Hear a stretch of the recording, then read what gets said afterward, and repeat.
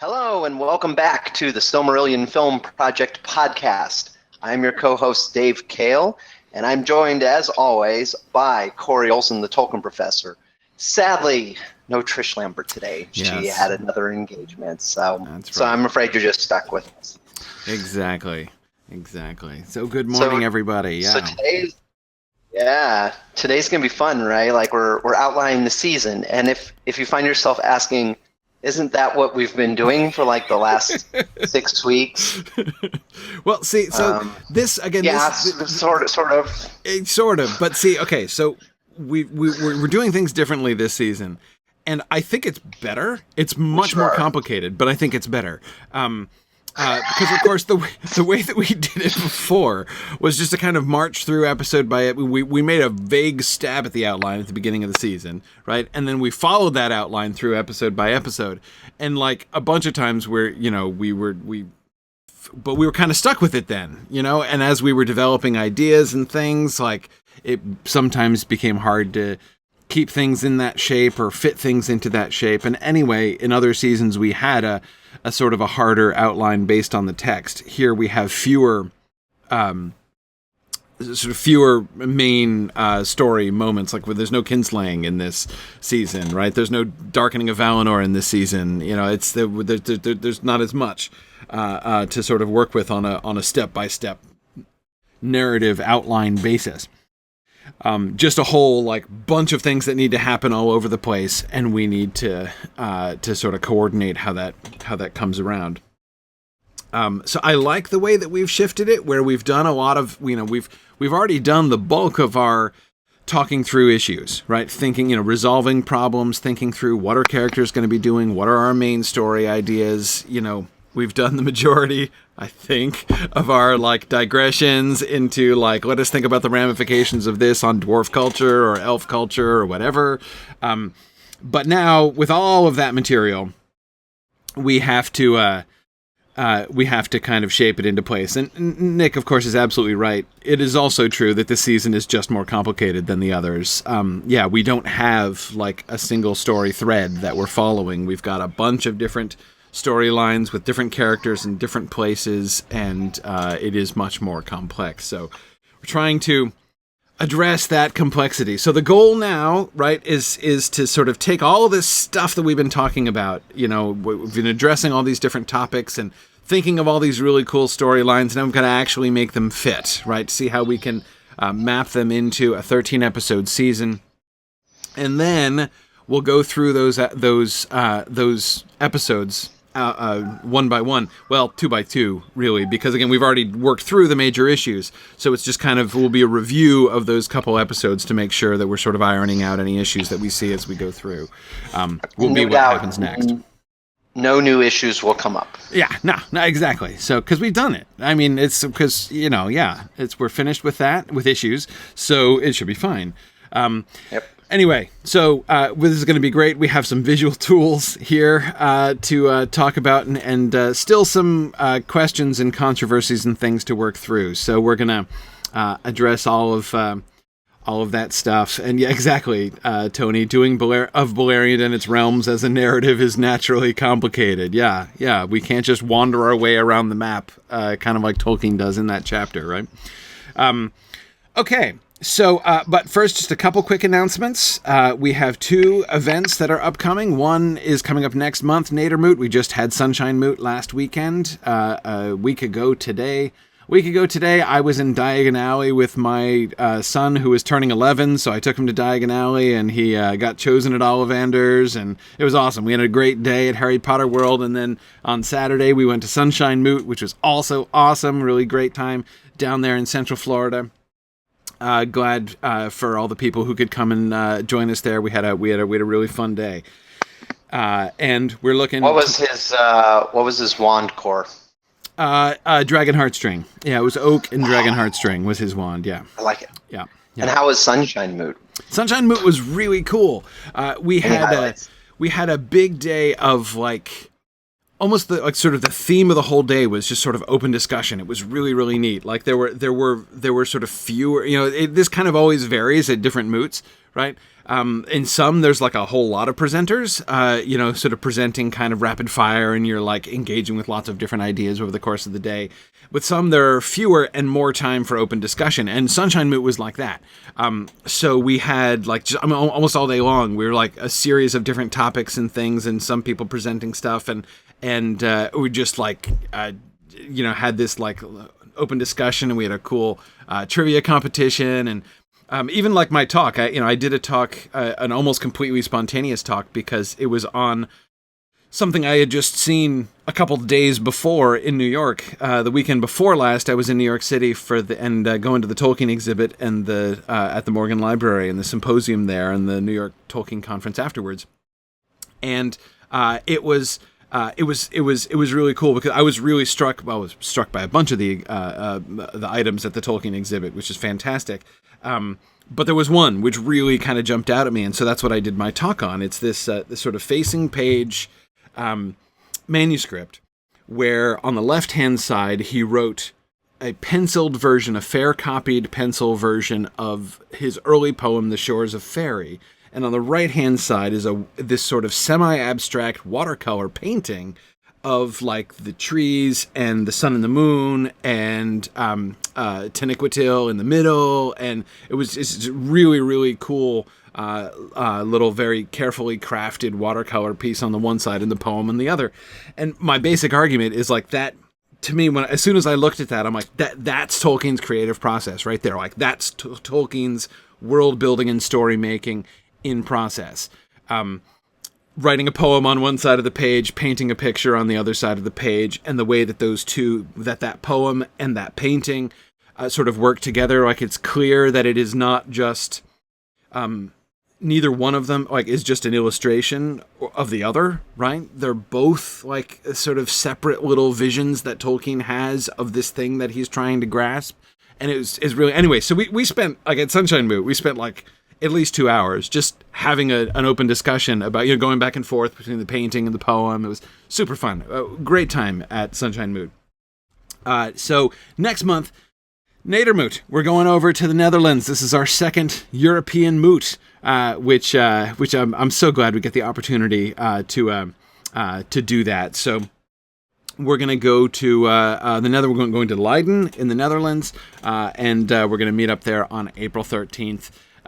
The theme of that conference, of that moot, is translation. So we're going to be looking at languages and translation all day that day.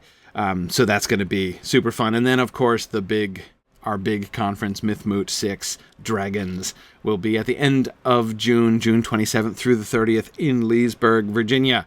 And the call for papers deadline is very soon. That is this weekend. This weekend is the last chance to contact them if you want to propose a presentation of some kind. It can be a paper presentation or other presentation.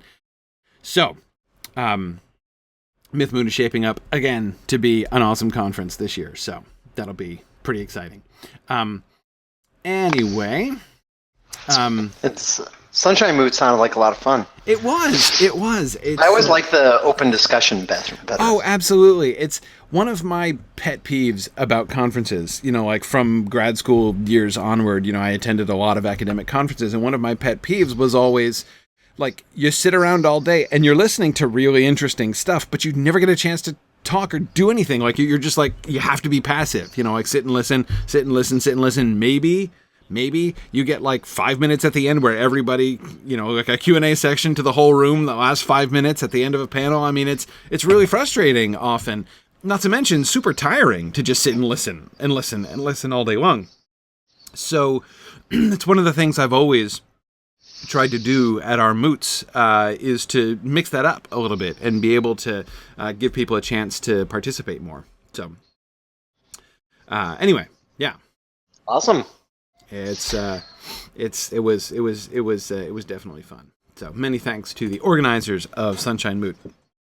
First time moot down there, and it went it went really well. My favorite part of Sunshine Moot, or my favorite sort of like ironic fact about Sunshine Moot, is that we were actually in a basement. So it was excellent. It was very cool. We did Sunshine Moot in the dark, which I loved. I'm not a big fan of the yellow face, really. So it was it was very good. But Oakwig, discussing languages in the Netherlands is gonna be really fun. Like that's gonna be awesome. But Madman Model World, you're right. It was in a basement in Florida, so that was okay, right? That was totally cool. Anyway. So let us jump back into this episode because we have a lot of stuff to talk about here in today's session. So let us start off by glancing at our Gantt chart, because we have a Gantt chart that has been made up for this, and people have been working on this for a long time here. These are the 4 primary benchmarks of the season. That is, so there are 4 events. And those events are pretty much fixed. And we've been advised, Dave, that if we want to make any adjustments to what episodes these fall in, we'd better do that first, because none of the rest of it's going to make sense if we do that later. So, the first event is Fingon rescuing Maedhros from Thangarodrim, right? And that's scheduled to happen at the end of episode 1.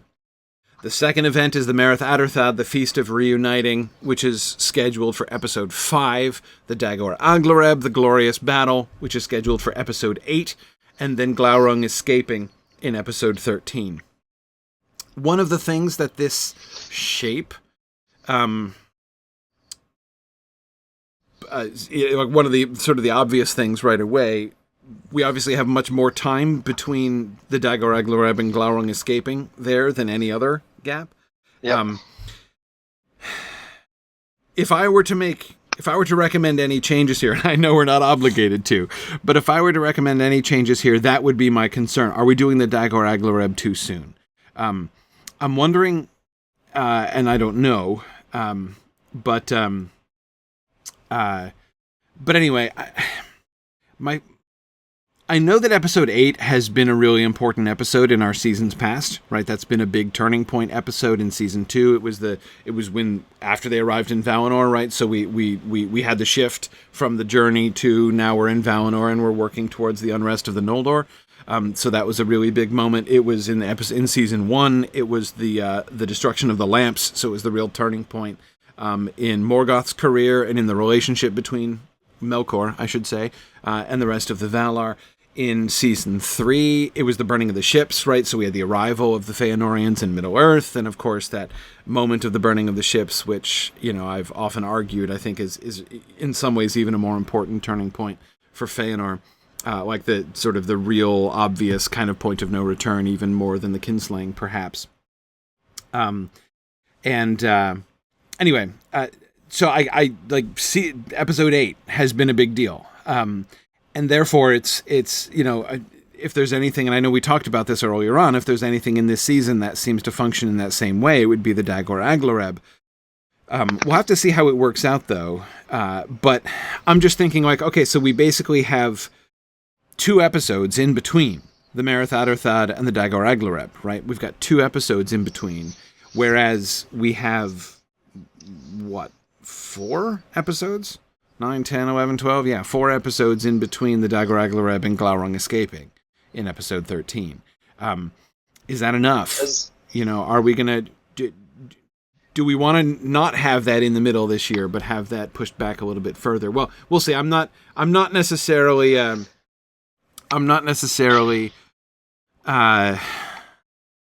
Does seem like... It does seem like we're moving very fast in the middle of the season, and then right. Well, and at least superficially, it has the appearance of slowing down toward the end. Right.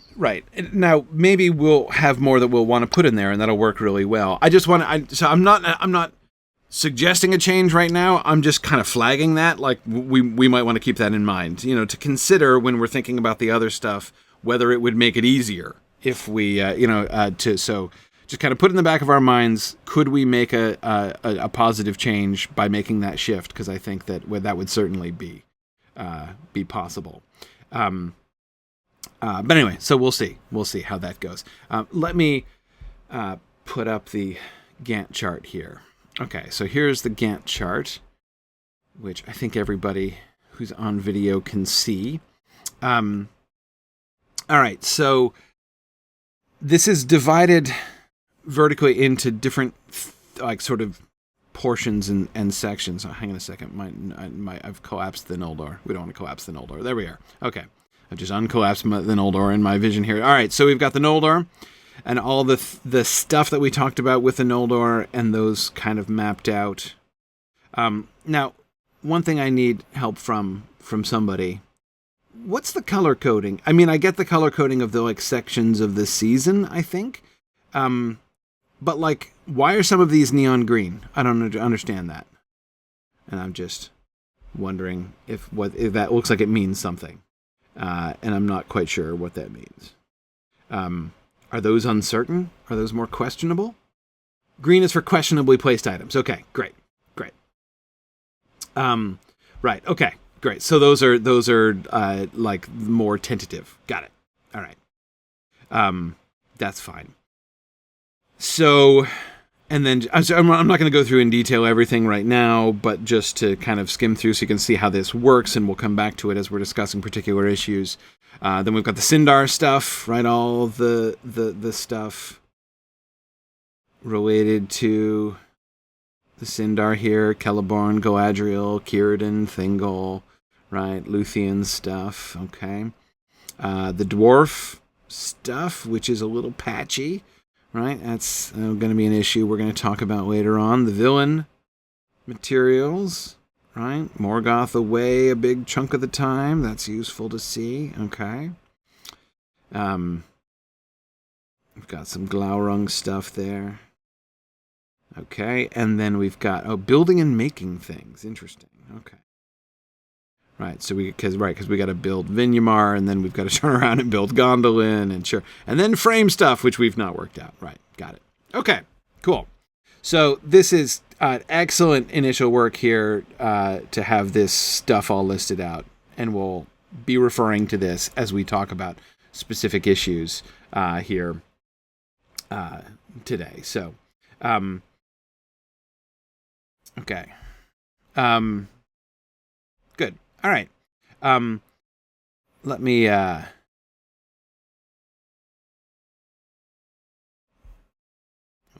put this away. Okay. One other brief note I would make about the benchmarks outline here. And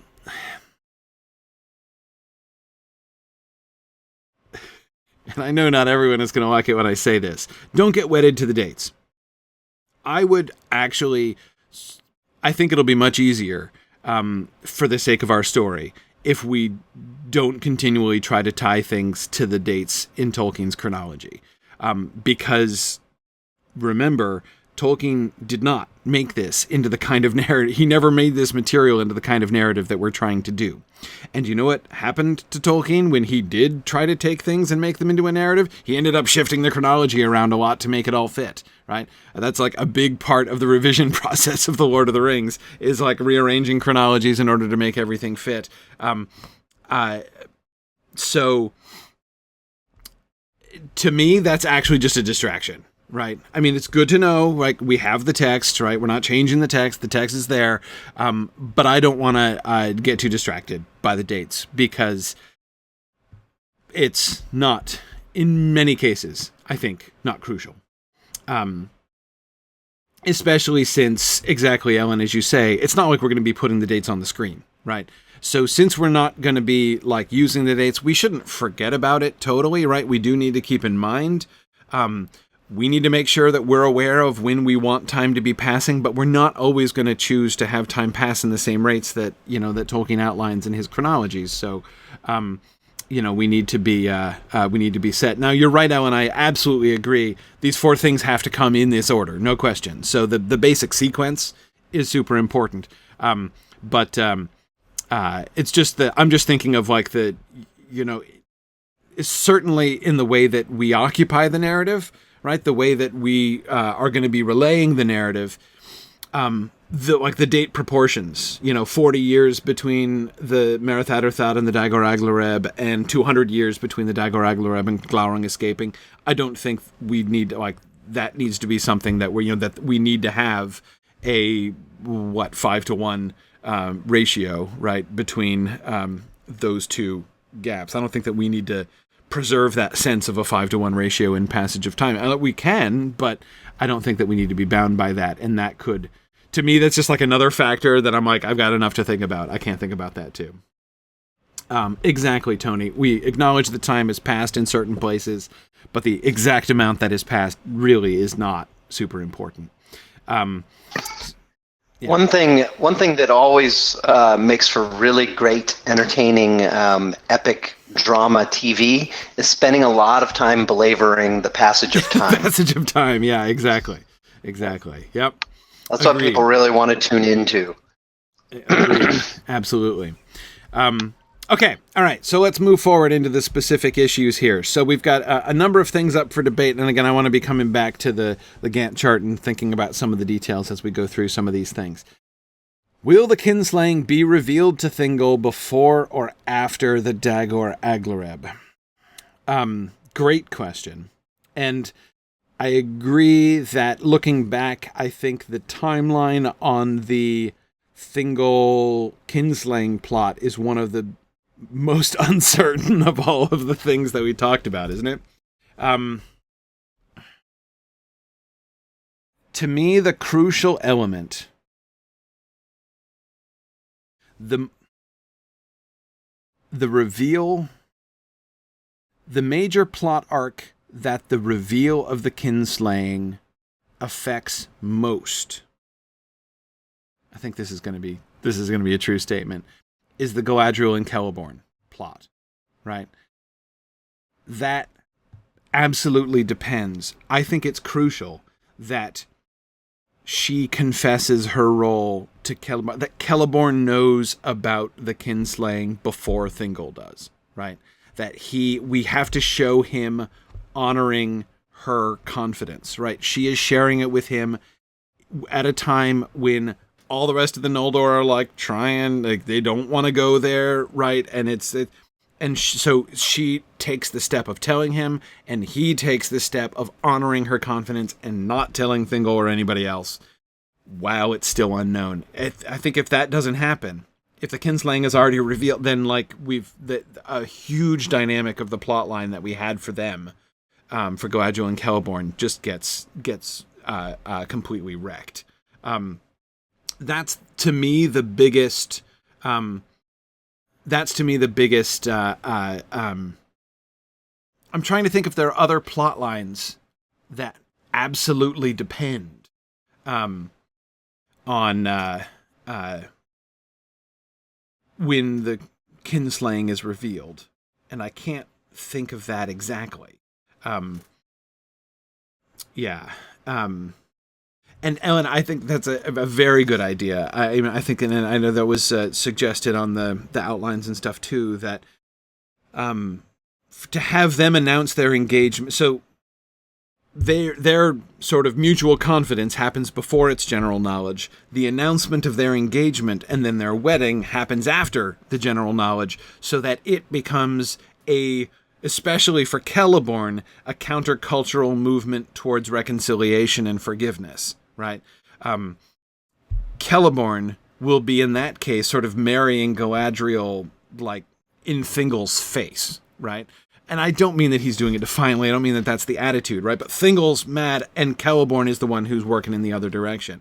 This gives us another opportunity to make Celeborn at least a little bit awesome, right? Show him as a force for reconciliation, willing to go out there and take a risk and do something brave and generous and large-minded, while Thingol is still being angry and has not yet worked himself up there yet. Okay, so yeah, okay, so are there any others? Let me get the Gantt chart up here. What else? On the Noldor side, so we're thinking about that. Apart from Galadriel,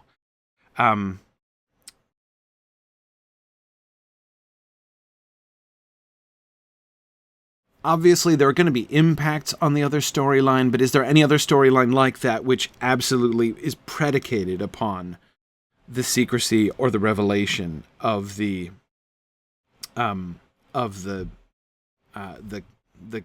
kinslaying to them? I don't think so.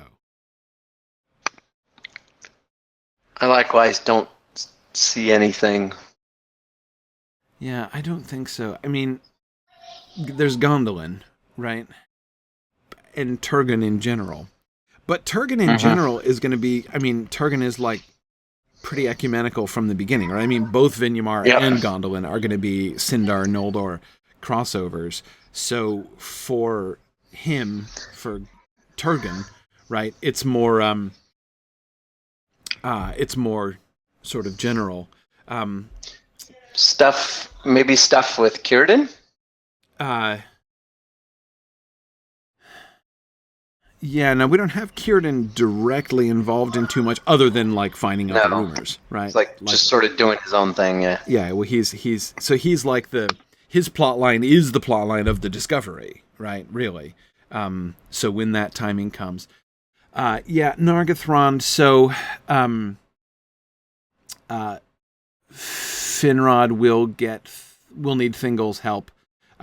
Especially the business with Norn and the petty dwarves, right, gets brokered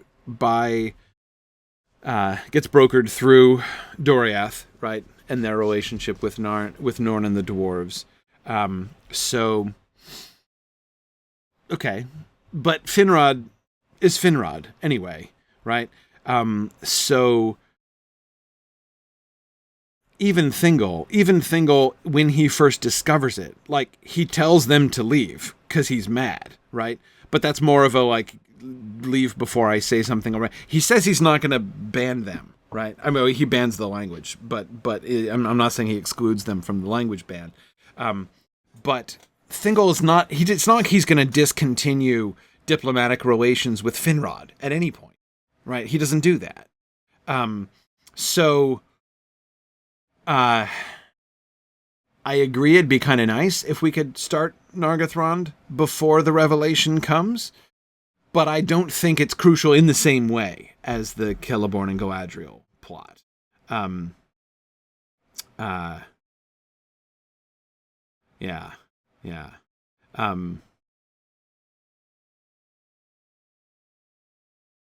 Tony points out the estrangement of the Feanorians and the Finarfinians, right, after Angrod reveals it to Thingol. Yes, but I don't think we have any major plot lines necessarily hinging on that.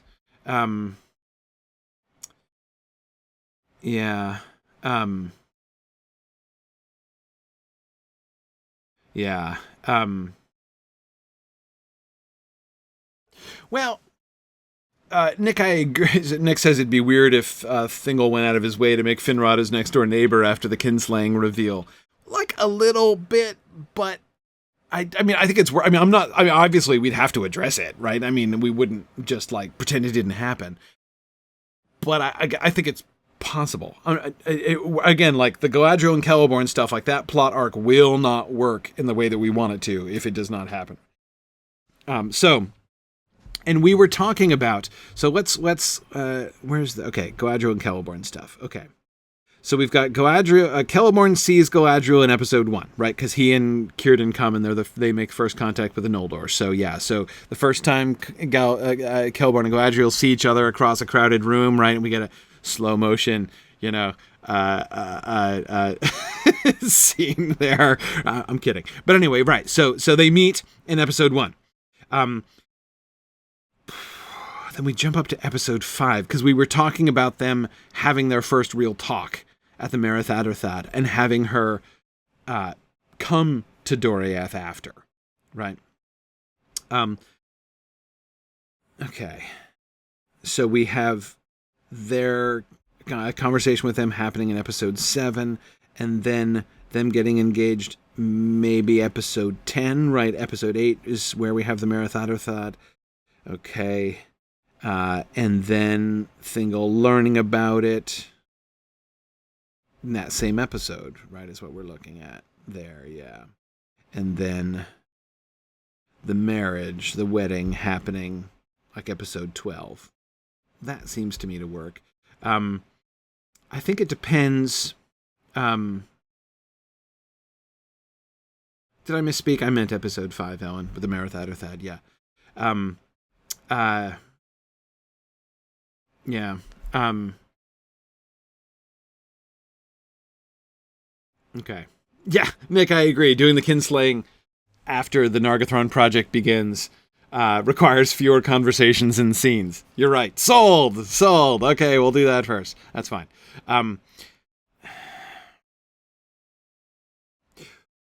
Dave, what do you think about this? So this is the shape, right? Just looking at the dots here, right? So this one up here is when they first meet, right? So we've got meeting, heart to heart at the Marathadothad, confession, right? Here, or like the sort of more significant moment here, engagement, probably here in episode 10, combined with Thingol finding out about this, right? And that all kind of coming out, and then you've got wedding here in episode 12. This is what feels most uncomfortable to me. This is a big gap. Yeah, what's going on in there? Where we don't see them, or at least where they don't do anything. How do we arrive at Celeborn sees Galadriel, then Celeborn pours his heart out to her? Yeah, so we need some courtship in the middle. Right. And I don't know. I mean, on the one hand, the gap makes sense in that she's not we didn't have her going to Doriath until after the Marathadothad, right? So it's the gap is certainly defensible because they meet for the first time and we kind of plant that seed, but they don't really meet again for a while. It's not like we have to have a continue first they become pen pals, right? And and then they go out on their first date. We don't have to belabor it like that or anything, but it is a big gap.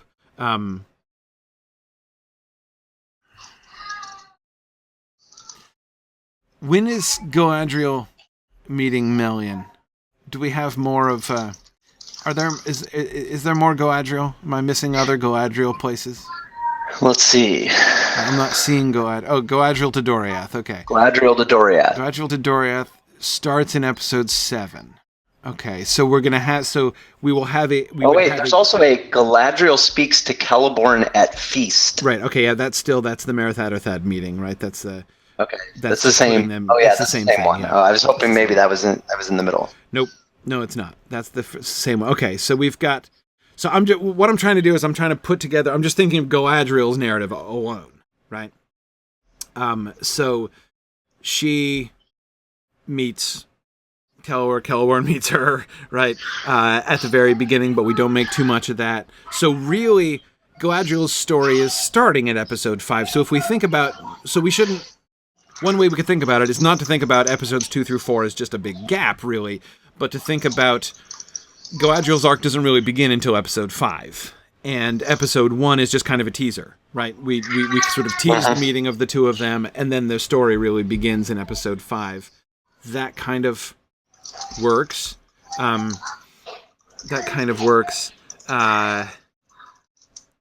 we have a sort of, right after the Marathadothad, we have a Galadriel-free episode here in episode 6, and then we have her headed to Doriath in episode 7. Let's see. Ellen says, I wanted Galadriel to go to Doriath earlier on. Did I? I must have had a reason for that. I wish I could remember what it was. Why did I want Galadriel and Doriath in episode 2 or 3? Was it she was being sent as an initial envoy. That's why, right? Yeah. So she was being sent as an envoy of the Noldor, which should happen before the Marathadothad, right? Because presumably, setting up the Marathadothad is one of the things that ambassadors are meant to do, right? Also, I want to be careful Yeah. Okay, right. That's what I wanted her to do. And yes, Tony, that's exactly what I was thinking. I don't want Galadriel's story just to be the story of her romance with Celeborn here. Galadriel's too big of a deal to be just like, and this is when she met her man, right? We have to be careful about that, which is why I liked the idea. Okay, it's all coming back to me now. Why I liked the idea of having her step forward, because that placed the beginning of her arc, right? She was still in her ambitious mode, right at the beginning, before she has her crisis of conscience, before she even is really kind of ready to acknowledge her own guilt, right? She's still thinking about moving forward, right? She's still thinking about putting herself forward, ruling a realm of her own and that kind of thing. Anyway, so if we don't see Galadriel in episodes 2 through 5, then her only plotline is her relationship with Celeborn. And I know it's about her own conscience, right? It's about her own character growth. It's not just about Celeborn, but he's the vehicle of that, right? And I think that we need to make sure that we set her story up as being more than that. So if we send her to Doriath, she doesn't have to be connected with Celeborn right away. She can meet Celeborn. It's fine. Like, I was joking, of course, about the slow motion shot across the room. I don't think they have to be love at first sight, or at least she doesn't. Maybe he does, right? Maybe he sees her and is smitten from the beginning. And maybe we can show that, right? When she comes, if we have her coming to Doriath here somewhere in episode 2 or 3, right? We have her coming to Doriath. Let's see what's going on here among the rest of the Noldor. We've got Galadriel going to Doriath. There it is. Look, it's present. Excellent, nice. I like that. Okay, because we have Maedhros ceding the crown and Fingolfin declared the High King. That needs to happen first, right? She needs to go as like an emissary of the High King, right? So she would get packed off. She could leave for Doriath maybe here in episode 2 and arrives in episode 3. I don't know. But I know that we had Angrod going to Doriath and everything, which is fine. But does he need to arrive here? Maybe we can bring him in here. Because as I recall, the story that I was proposing there was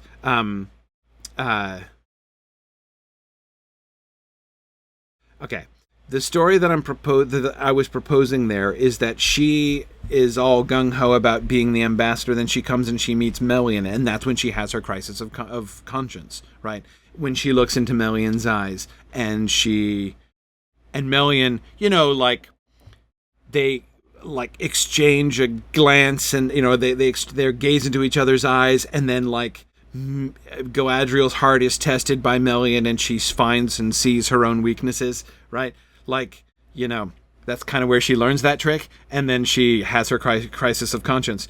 And so she doesn't really serve. So Angrod comes as the backup ambassador, because she basically withdraws at that point. Galadriel does. She's no longer putting herself forward. And so Angrod is like the auxiliary backup ambassador when that happens.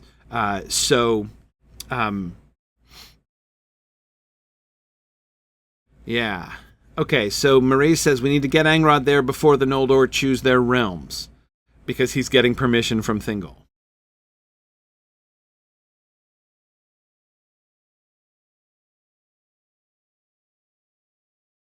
Aren't especially the Fëanorians asking for forgiveness rather than permission when it comes to setting up their realms, right?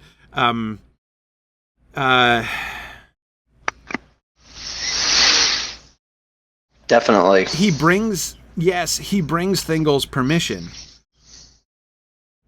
But again, it's sort of...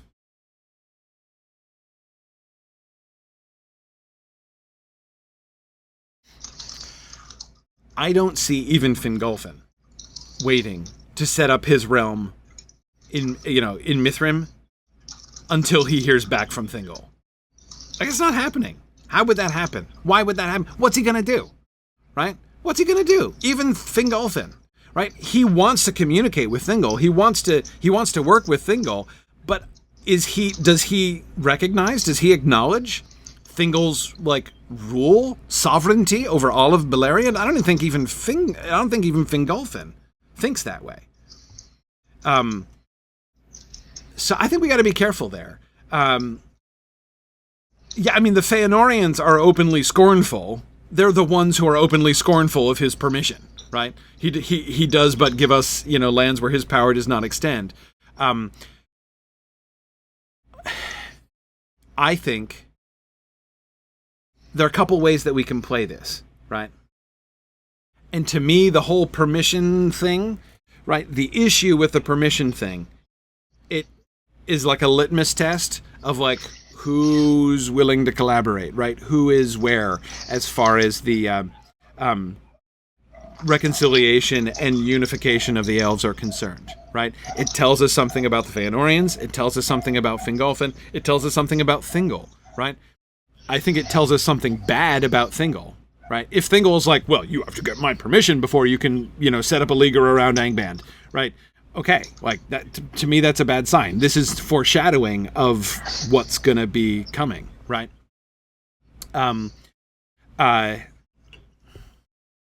Let me ask you a question. Those of you who want Fingolfin to ask permission, if Thingol denies it, what's he going to do? What's his plan? What's plan B? If Thingol says, no, I deny you permission to set up a kingdom up there in the north where my power does not extend, and building fortresses to keep the power of Angband at bay. No, you can't do that. What does Fingolfin do? Walk back? Pick up and go back to the Helcaraxa? Head out, travel out of Beleriand over the Misty Mountains and say, well, we're kind of hoping to oppose Morgoth, but guess we can't. I'm serious. I'm asking explicitly, what's the plan exactly? Remember, this comes back to some of the discussions we had before about kingship and what kingship means, right? In particular, what kind of authority the High King has over the rest of them, right? And I don't think it is sovereignty. That just doesn't make sense to me. And we talked about this before. The High King is their leader in battle, but they have autonomy, right? He's not the boss of them, I don't think. He does go to Thingol, and what does that show? Why does he go to Thingol? Because he wants to. It's a political move. He wants to establish good relations with Thingol. He wants to work with Thingol and show Thingol that he wants to work with him, right?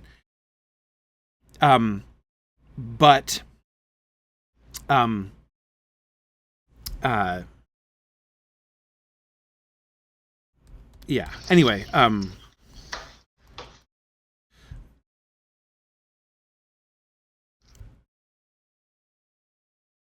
what the issue is who is willing to work with whom and to what extent. Fingolfin really wants to work with Thingol, right? But I think that we need to make this an individual thing. This is our opportunity to show the flavor of the individual kingdoms and the attitudes of the individual leaders, right? It's not about Fingolfin as overlord of the Noldor working out something with Thingol, right? This is about Turgon, right? What's his attitude towards the Sindar? Finrod, what's his attitude towards the Sindar? Maedhros, what's his attitude towards the Sindar, right? Fingolfin, what's his attitude towards the Sindar? And his willingness to work with them. But what I'm saying is, I'm not seeing the need for permission. We need to get Angrod down there. Yeah, okay, we do need to get Angrod down there. Does Angrod have to be the one who conveys that message? We sent Galadriel down there in episode 2. Isn't that the message she's going to be charged with? If she goes down as ambassador in episode 2, right? She goes down from Fingolfin, right? Clearly, her charge as ambassador is going to be, we want you to work on,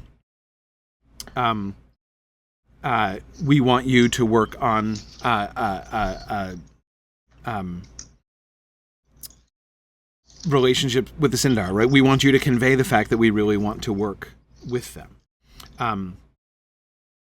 Yeah. So,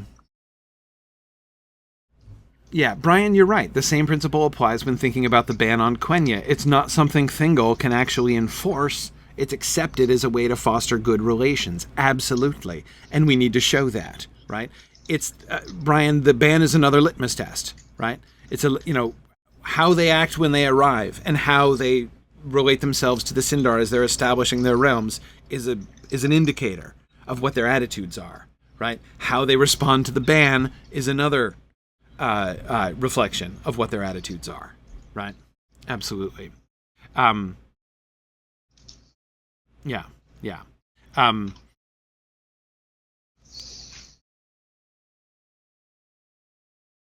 Okay. So, Angrod has an important role, right? But if you think about it, the importance of Angrod's role comes not with what he says in Doriath, but what he says back among the Noldor, right? I agree that the fight between Angrod and Caranthir needs to happen. But, again, we don't even have to show him talking to Thingol necessarily, right? I'd be fine, for instance, we need to know that he's there. But we've already established the idea of the embassy to Thingol, right? And that desire to... We can have Galadriel in episode 2, if we want. Right? We can have Galadriel in episode 2, or maybe in episode 3. I would kind of want to extend this over this way, right? To say... Because if Fingolfin's going to be declared the High King here, right? We're still sorting out... Maedhros has just been rescued. We're still sorting out... what happens in episode 1, by the way? We're having Maedhros. We're having Círdan meeting folks, which there's camping. There's camping. There's a bunch of camping. There's the rescue, of course. Celeborn sees Galadriel. Yeah. We've got the reforging of Ringil. Okay, that's kind of cool. And that's it. We don't have much happening in episode 1, actually. That's interesting. Nope. So the question to me then is whether or not the Fingolfin thing happens in...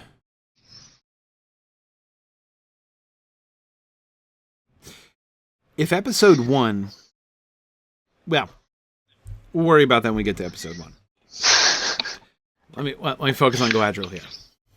Yeah, come on, man. So, again, notice what I'm doing here is not changing the overall plot.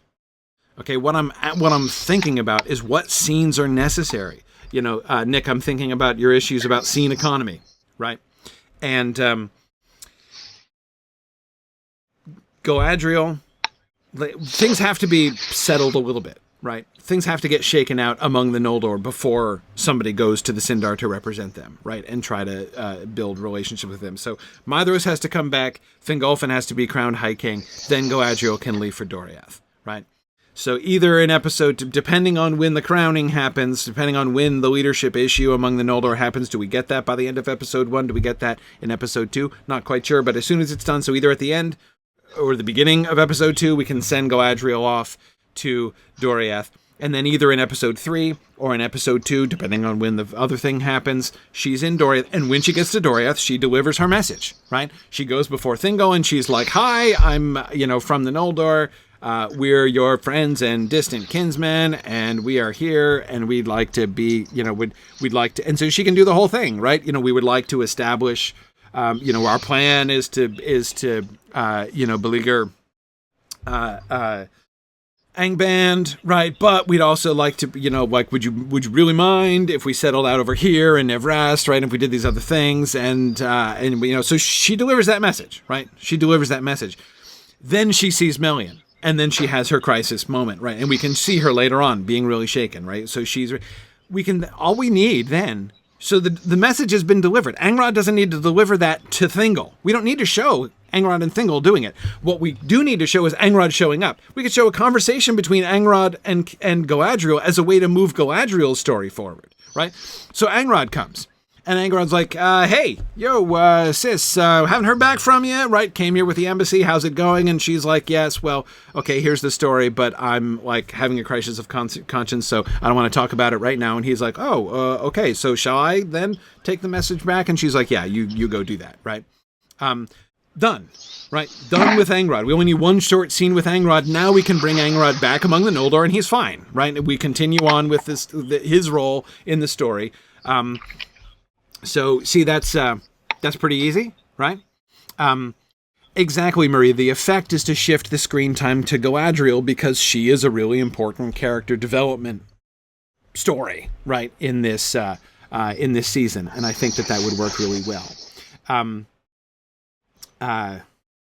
Yeah. So exactly. That's yeah. So no, but I don't think she needs to go back to Mithrim. She could, but I don't think she does. I think she could stay in Doriath. I think maybe she stays to talk to Melian. This is where her kind of mentorship under Melian begins. And because also remember the scene where she talks to Melian but does not reveal the kinslaying, right? I'd kind of like to do that, and I'd kind of like to do that before the Merith Atherthad, right? To get that conversation between Melian and Galadriel where we can see her being closed, right? Her not wanting, and we work that into the story of her own crisis of conscience, right? Melian sees that she's bothered. Melian knows that there's something wrong, not just wrong with the Noldor, but wrong with her, right? And she, Melian, can recognize that Galadriel doesn't want to talk, and she doesn't push, right? She does, even though she has a sense that it's important and tells Thingol so, she doesn't push Galadriel. The fact that Galadriel, we show Galadriel not telling Melian makes it a much bigger deal when she does tell Celeborn, right?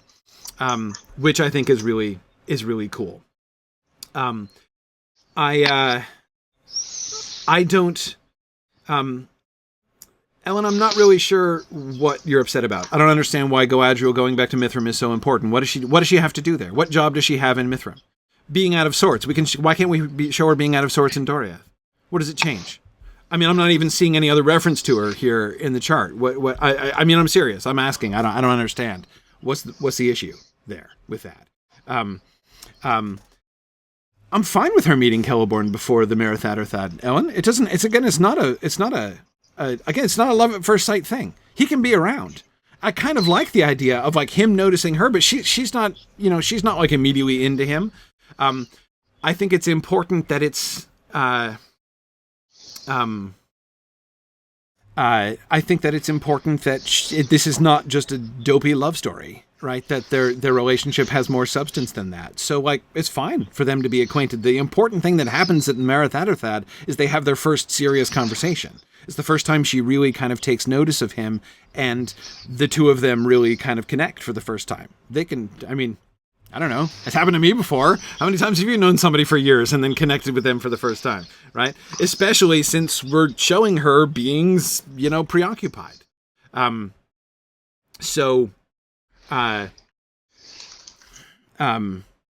We can...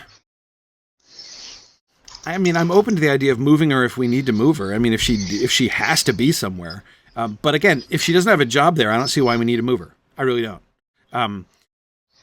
Is there something she needs to accomplish? Is there something that will be accomplished by her being there? If not, why? But yeah. Anyway, so let me let's keep working this. So we're talking about the Galadriel Celeborn plot, right? So the kinslaying thing. So let's get back to the bigger question. So their relationship, right, seriously begins at the Merith Atherthad, but she doesn't make her full confession. When do we have the full confession? Let me go back down to the Celeborn and Galadriel stuff. Right. Okay. So we have episode 7. All right. So we've got a 1 episode gap there. They've just met and talked, and then we come back to them again after another episode is passed. That's all right. That's all right. Galadriel tells Celeborn of the kinslaying. and then they get engaged after 2 more episodes have passed. Well, if episode 8 is the battle, there's going to be lots happening there, and no one is going to be shocked by that. Okay, so this would mean this outline here gives us the truth can't leak out until after episode 8. That means that it is impossible to use the Dagor Aglareb as a reconciliation moment, which I think we should. I think we should be doing that. I think that we should be having the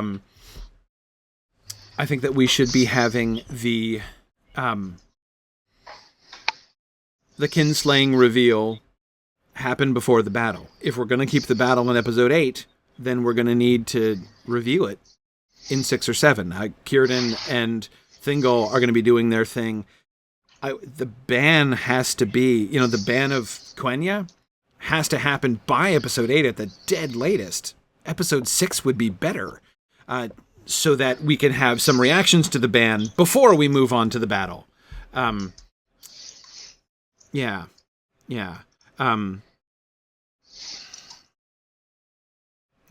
Nick also points out we do want to be careful about having characters near instantaneously hopping around the map. It's true, we do want to avoid the bunny sled effect. I know that time is going to be passing, but it still will create a kind of bunny sled effect. And I trust you all know what I mean by the bunny sled effect. That is an issue that we want to be careful of. Also affectionately known as the Game of Thrones later seasons problem. Right. Okay, so all right. Again, if we keep the battle in episode 8, which, as I said at the beginning, I want to consider the possibility of maybe moving that a little bit later, but if we keep it at episode 8, I think the ban needs to happen in episode 6. I think it does. We can solve the issue here with a Adriel and Celeborn storyline very simply, and that is have her make her confession to him at the Merith Atherthad. Again, that's not their meeting. It's not when they meet for the first time, right? If she's been in Doriath, they've met, right? We can even show them, exchanging, they can be in the same scenes, right? They know each other. We know that they know each other. This is the moment when they have their first one-on-one conversation, when he comes across her and she's really upset and she confesses, right? And she confides in him. So I'm willing to go there in episode 5. And that would fit, of course, with the whole Merith Atherthad reuniting theme, right? That Galadriel and Celeborn, they're not engaged yet, right? They haven't changed their Facebook statuses, but they are, they're real, the kind of the heart of their reunion or their union, right? Happens there at the Merith Atherthad. That kind of works to me, right? I think we can, and that makes things easier. Hakan says it's good to have more dramatic material in the Merith episode. I agree. So if we just collapse these two, then that gives us so much more time. Now we have episode 6 and 7 open for the ban, right? Because if she confesses the kinslaying to Celeborn in episode 5 and then Thingol finds out about it in episode 6, no harm done, right? We just have to have because we can suggest we can do things to show that time is passing there, and that's okay. So that's all right. Yeah. So sure. Yeah, and again, we can show this is the fact that this is episode 5 and that she's been in Doriath since at least episode 3, maybe episode 2, right? This gives us a bunch of chances to show that they're already familiar, right? When he approaches her at the Merith Atherthad, that puts us in place to be able to say that they're friends, right? They're already acquainted. This is not a he's not coming up with like a barstool pickup line, right, at the Merith Atherthad. They're friends, right? He's approaching her as a friend and offering to talk as a friend. And again, we've established their connection. I think that works. Yeah. Yeah. Now, Ellen, I agree. We do have the issue of the discovery of the kinslaying by the spies. But again, this is where the Dagor Aglarab in episode 8 is sort of troubling me, right? Because this all has to happen.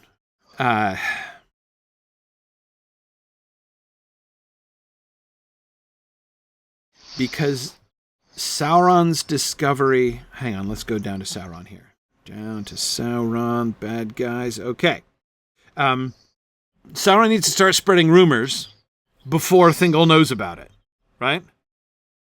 And no, I mean, the horses left the barn by the time the band comes out, right? So Sauron needs to discover the truth. Now,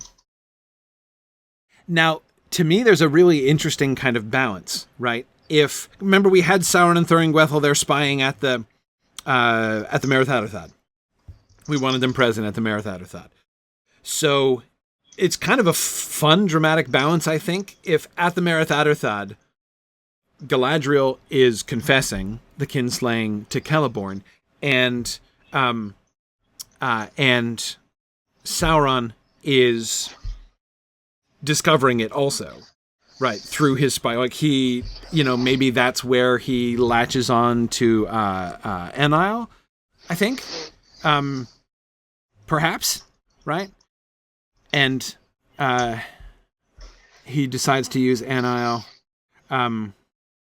Yeah. So, but you're right. Then we need time for rumors. So the Thingol can't happen in episode 6, and Thingol's discovery can't happen until episode 7, because at the very least we need discovery here, right? Discovery in episode 5 of the truth of the kinslaying, spreading rumors about the kinslaying in episode 6, and that would be Enlil here helping to spread rumors, right? And then episode 7 would be Thingol discovers the truth. And then episode 8, oh man, there's just not enough time. Just not enough time there. I'm really grudging my 2 episodes here. I want a third. Because if we had a third, then there'd be more time to be able to set up the battle. I'm leaning more and more towards wanting to push the battle back. But let me not rashly do that before we further investigate what's supposed to be happening in 9 through 12. But anyway. Okay. Yeah. Okay. Tentatively, I'm thinking about pushing it back. If the battle happens in 9, then we've got time, right? Sauron discovers episode 5. Rumors go around episode 6. Episode 6, near the end of episode 6, Círdan learns the truth, right? Episode 7, Thingol learns the ban, right? Ban on Quenya. Episode 8, reactions to the ban, determination to reconcile anyway, to try to patch this up. And then, of course, the battle comes and we have this opportunity for reconciliation and working together, which, of course, not everyone is going to avail themselves of. If that then happens in episode 9, that sequence is kind of bare, but it works.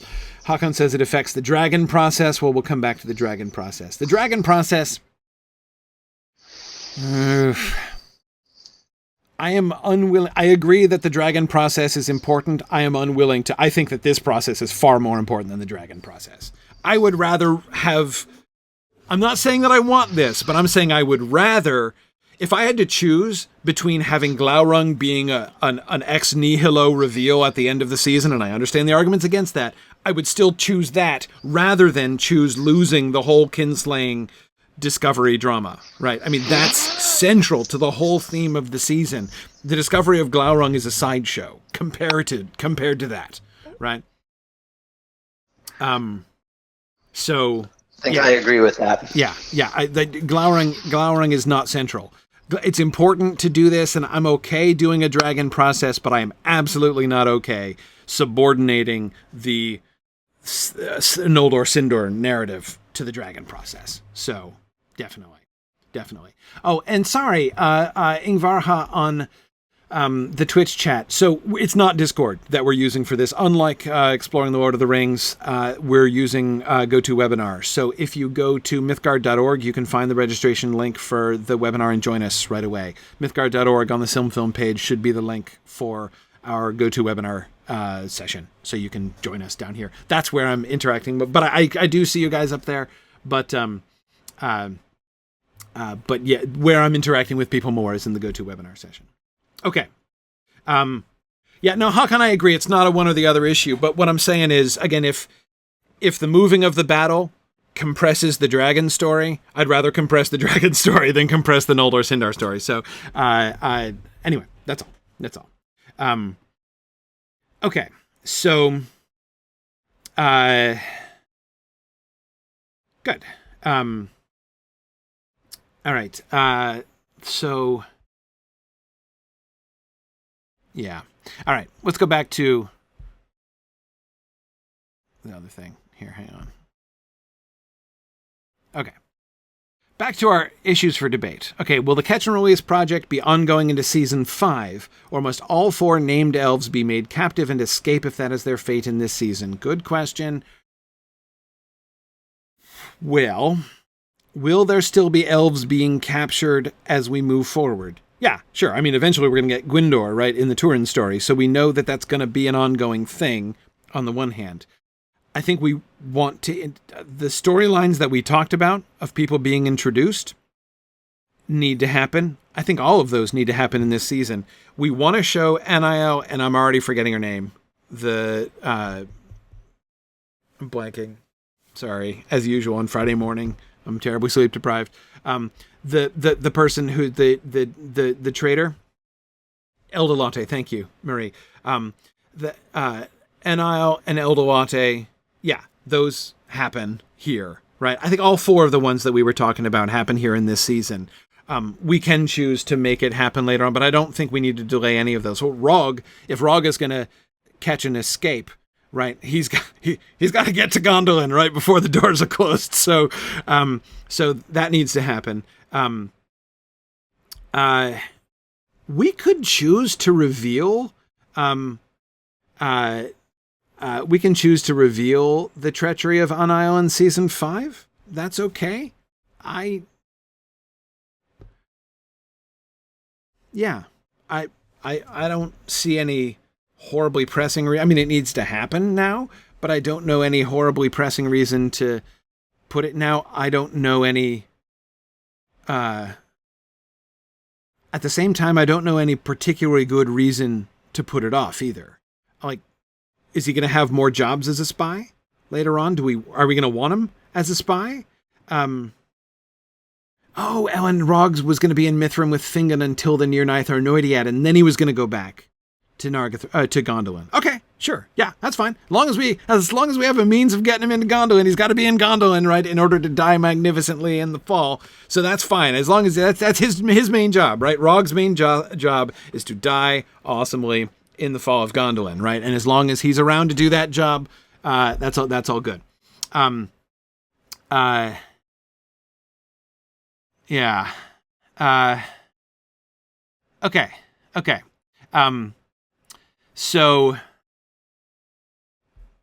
yeah.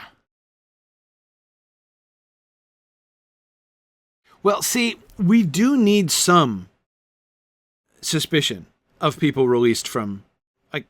That storyline of the elves looking askance at folks who return from Angband, that seems to me that could happen now. If you guys really want to save that story for Season 5, I'm fine with that. I mean, again, goodness knows we've got enough to do in this season, right? So if you'd rather just kind of hold on to that and make that be part of a Season 5 story, sure. Yeah. Have Ethelos's treachery revealed this season and Anil's treachery revealed next season. Sure. Yeah, absolutely. Perfectly fine. No problems. Now, by the way, I still don't think that some of the people become suspicious of people who come back from Angband does not necessarily mean that no elf who is can be accepted by anybody, right? Again, like it just becomes part of the story and becomes another opportunity for like forgiveness and reconciliation and, and those things being messed up and interfered with by the bad guys, right? So I certainly think that in the future, season 5, season 8, whenever these other things are happening, whenever Turin is, there will be some people who will be willing to accept. I think that there should be a bunch of people in Nargothrond who are super suspicious of Gwyndor, right? In fact, I think that should be a big part of why people listen to Turin and not Gwyndor, because people are like, oh yeah, whatever, we're not listening to him, right? Because he came back out of Angband, and we all know, what Morgoth does to them, right? That dude has spell of bottomless dread written all over him, right? Whereas again, some people accept him, right? And Turin, of course, will be fighting for him, right? Gwyndor's all good and everything. He just happens to be wrong, whatever. So the point is, it's going to be a story, right? Who is going to accept them? Who's not going to accept them? Who is right to accept? Who's wrong to accept? It's all going to be a confused mess, right? And that's, again, part of the fun of all that. So yeah, exactly. Like, people can, Rog can be accepted. Yeah, sure, Ellen, absolutely, it can be accepted. But, does that mean that 100% of people have to accept Rog? I don't think so. It just means that, there can be people who doubt him, right? I mean, heck, when we're doing Gondolin, we can have Myglin be, spreading rumors about Rog, right? He could try to use Rog as a patsy, for all we know, right? When people start getting suspicious and, people think, we can have Myglin starting a whispering campaign, throwing doubt upon Rog because he was a prisoner in Angband, right? And it's not true, and Turgon doesn't believe it, and Tuor doesn't believe it, and Idril doesn't believe it, but, it's a fun dynamic, right, that we can use in lots of different ways. Ellen, I am understanding your point. I'm just disagreeing with it. I think you're not listening to my point, that there's no rule that no escaped captives shall be accepted. I'm totally anti-rule. There will not be a law. Again, I'm anti-law in general, as you know. I don't think it's how the Noldor work. And I think that there will always be some Noldor who are more willing to accept than others. And there are some of the Noldor who are willing to accept the escapees from Angband, who are going to generously accept them back. And they're going to be wrong. And they're going to be betrayed by those people, by those elves who come back. There are some elves who are going to be unwilling to accept anybody from Angband. And some of them are going to be wrong about that, right? It's not going to be, ever going to be, a cut and dried thing. That sounds like a realistic and complicated story. Exactly. So there will be no rule, and we will have, again, Rog is going to be accepted. Rog is going to be, but it's still going to be on his resume, right? And I like it being on his resume. I like that, because it gives somebody like Myglin, right? When you get somebody who is beginning to scheme in unscrupulous ways, it gives them something to work with, right? So anyway, yeah, we can, as I say, this is going to be an issue, and we can come back with this down the road. This storyline is brand new, right? So in season 4, the only thing that we really need to establish is that it's happening, and to show how it is going to work. The way that this is a success by Sauron, right? This is a plan that works. So if Sauron's big contribution to the strategy here in season 4 is the catch and release program, and it bears fruit, right? It doesn't all pan out in exactly the way that he wants to, but this is moving in a fruitful direction as far as the bad guys are concerned, right? The battle, less so, right?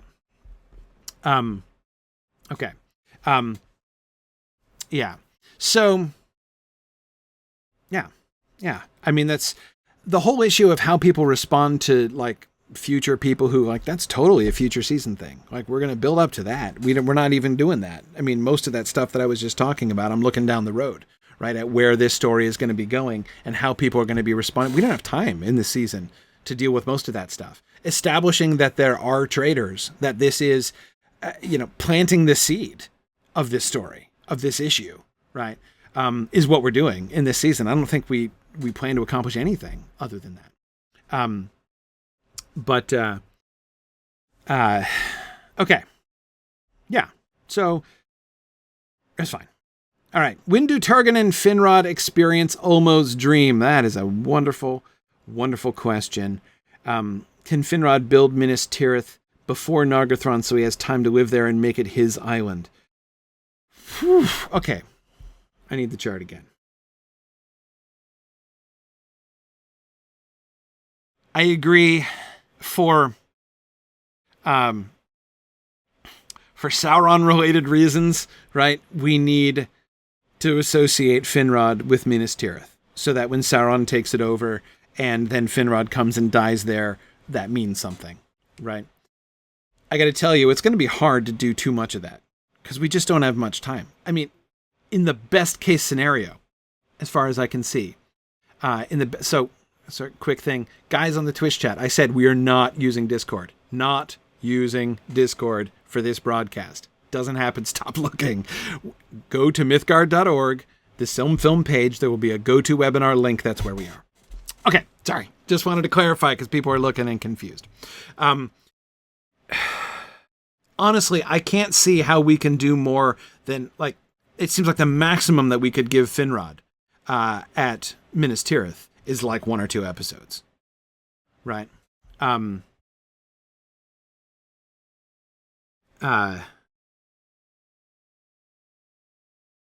Yeah. I mean, it's gotta be. And that's all we're gonna get, and we'll have to do the best we can with that. So, let's think about the dream here. First, as I recall, the vision from Ulmo that Finrod and Turgon get is one of the earliest things we talked about when we started season 4. That means I've forgotten almost everything we said about it. So somebody remind me, what's the story there? I remember that we did fit the building of Nargothrond and the building of Gondolin separately into the whole forgiveness, reconciliation theme, right? We were. This is what I'm remembering, and but I'm trying to remember how. I don't quite remember how, so I need help. We were.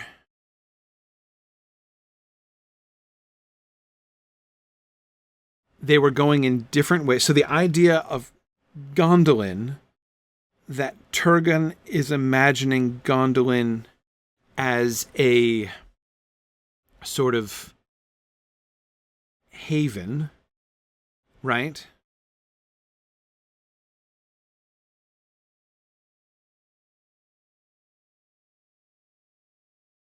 Turgon's story begins, at least this bit of his story, begins in Vinyamar with the most ecumenical kingdom of the Noldor, right? So there's a lot of Sindar living with him there in Vinyamar, in Nevrast. And then they move to Gondolin, and there's still a bunch of Sindar there as well. So he is clearly a force for reconciliation, in that, like, there's Sindar living with him. Finrod is in a more kind of explicitly reconciliational position, right? Because just by his position, like as one of the chief spokesperson, right, of the children of Finarfin, right? He's there, and so he's connected, a close kinsman to Thingol, right? But he's also one of the Noldor, who has been reconciled with the rest of the Noldor, even the Feanorians mostly. So him by position, as we see by the children of Finarfin being in and out of Doriath all the time, he is in a really good place to be doing that.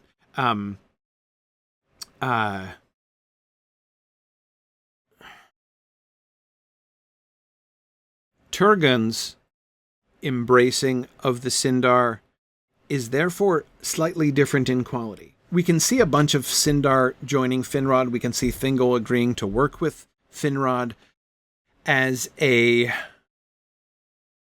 joining of the two families, right? Again, he is both. He is both. Finrod is both related to the Sindar and he's related to the Noldor. Turgon, on the one hand, is in if you follow what I mean, going more out of his way to reconcile, right? Because the Sindar aren't just going to gravitate to him like they might gravitate to Finrod, because they're connected to Finrod. They're not connected to Turgon. So when the fact that Turgon opens his doors and Tony, exactly as you're asking, that Sindar come, and we do need to think about that. Why do the Sindar go? Right? Why do the Sindar go to live in Nevrast? Why do they accept Turgon? What is it about Turgon and his vision that for his kingdom that draws the Sindar to him, leads them to stay? We got to sort that out. But anyway, so therefore, from this shape, I'm kind of blundering my way through here. It would seem to make sense that Turgon has a more sort of positive vision, like he is setting out to reconcile. It's part of his mission statement, right? Come all ye Sindar, you are welcome here. Let us form a community together. Whereas with Finrod, it just kind of happens, right? He's like, hey, I'm here. All my friends and relations can come, right? So he's like, Rabbit in Winnie the Pooh with all of his friends and relations, some of which are Sindar and some of which are Noldor. So it's in that sense a little bit more accidental. I mean, I agree that he's not doing it accidentally. It's not that he's not thinking about it, but it's the point that I'm trying to get to is that it's sort of a bigger deal for Turgon. But the thing, as Brian, as you're saying here, there is a sense in which Turgon's ultimate actions would seem to work against overall reconciliation by isolating himself, right? So he isolates himself within Gondolin, and now he's no longer part of the team, right? He's no longer contributing to the Leaguer of Angband, right? So on the one hand, he is a force for, elvish reconciliation, but he's not part of the bigger picture of let's all work together. So we need to kind of work out his path there. Finrod remains more let's work together all the way through, right? So I think that we can show Finrod taking advantage of his opportunity, his position, right, as sort of standing between the two peoples to say, let's do this. And we can have him, therefore, approaching the building of Nargothrond. So one of the things that I'm trying to work out here is what's different about them? The building of Gondolin and the building of Nargothrond. What's different about them? They have a lot in common, but we don't want them just to be duplicates, right? And there's a lot of similarities that we need to sort of tease out the distinctions of, or else it's going to look redundant. It's not just redundant, right? It can't be just redundant, and I don't think it is or should be. So,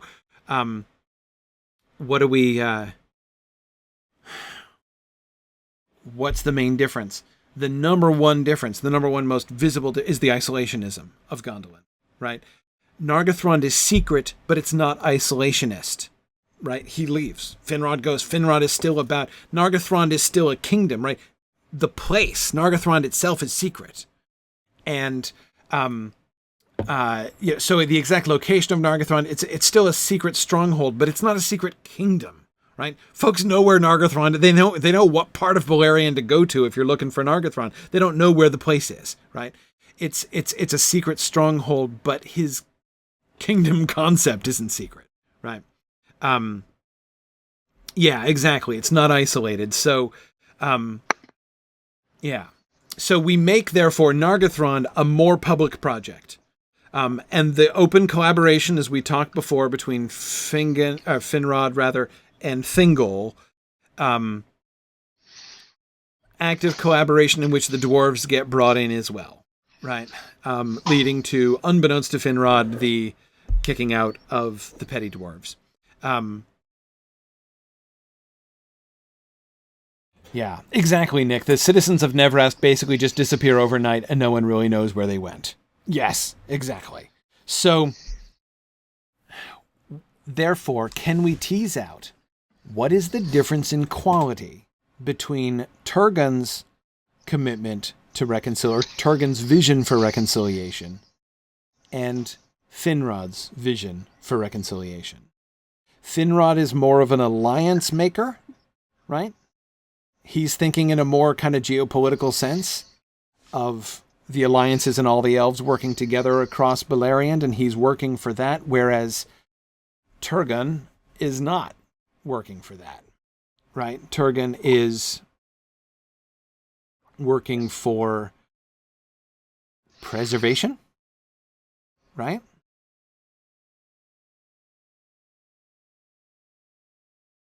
Yeah, Brian says Finrod can be actively inviting people to come live with him in Nargothrond, while Turgon just takes the people who are already with him and doesn't invite anyone else. Yeah, exactly. See, the way I'm imagining Nargothrond, especially in these early days, right? Going to Nargothrond, like going into Nargothrond, would be kind of like going into Henneth Anun, right? In the Two Towers.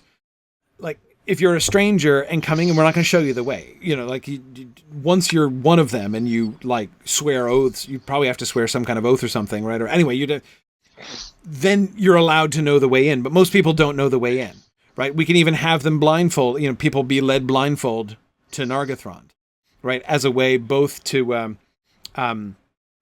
foreshadow, the entrance into Henneth Anun, but also, of course, the entrance into Lothlorien, right? So this idea of crossing the border secretly, right? So again, like in Henneth Anun, right? The fact that there are, Gondorian soldiers in Ithilien, not a secret, right? Exactly where their hideout is and how you would approach it is a secret, and that's the way it is with Nargothrond, right? Okay, so Nargothrond, the existence of Nargothrond is an open secret. The existence of Gondolin is completely mysterious, and nobody knows. Not even his siblings know, right? Turgon's reaction to Ulmo's vision has to be extreme in this way. He sees, and he's got to have a reason. It can't just be a tendency towards isolation. We can't just have Turgon be like a misanthropist, right? Who's like, well, whatever. I hate people. Do you all hate people too? Let's all go away and hide from everybody and not tell anyone where we've gone and never find out what happens to anyone and just live by ourselves forever. How does that sound to everybody? Like, that can't be the way it goes down, right? It has to be, there has to be a reason. Right, because it's a radical step that they take. Let's everybody pick up and move, and nobody else knows what happens.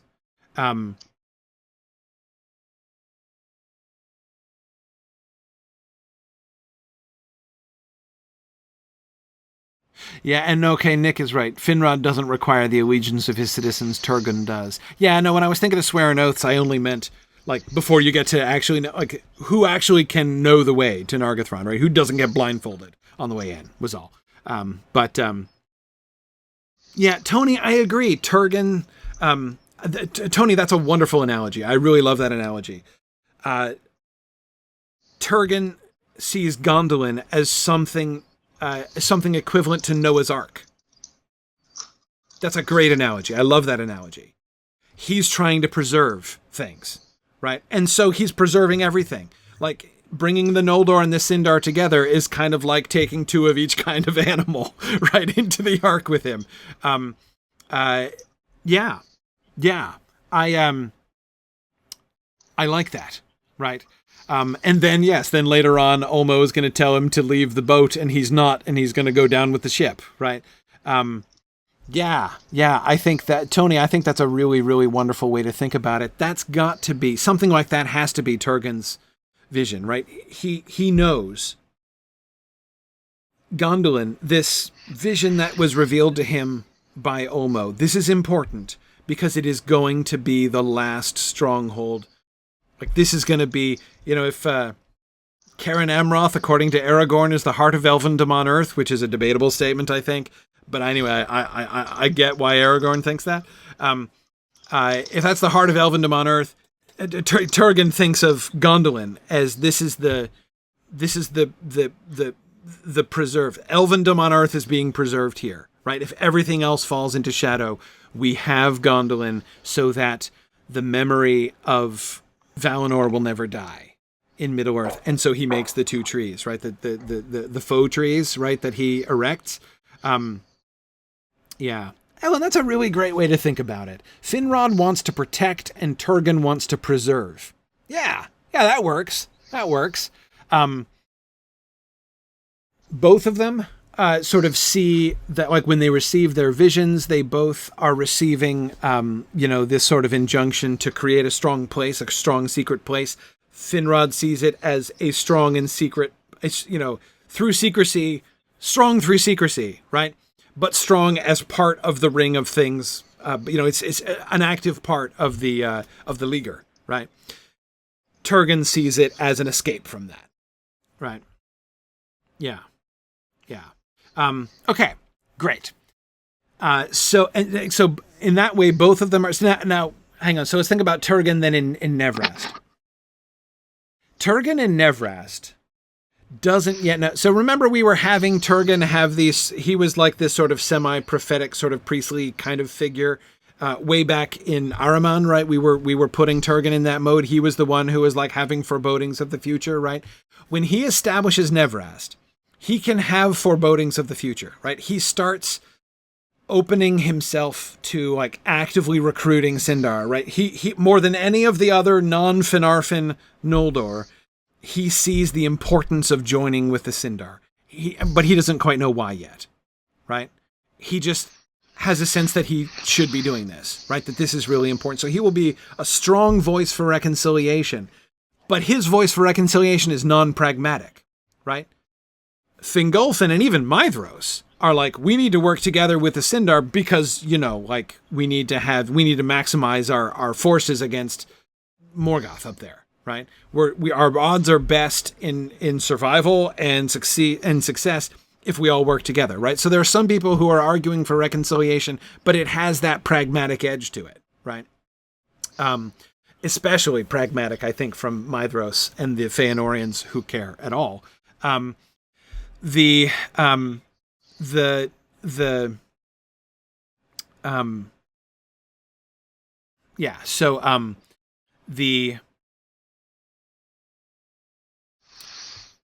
then you've got Turgon, who is speaking for reconciliation without purpose, without explicit, just because it is right, because it should happen. And he begins to do it even though he doesn't fully understand what's right, or why it's right exactly. Yeah, I like that.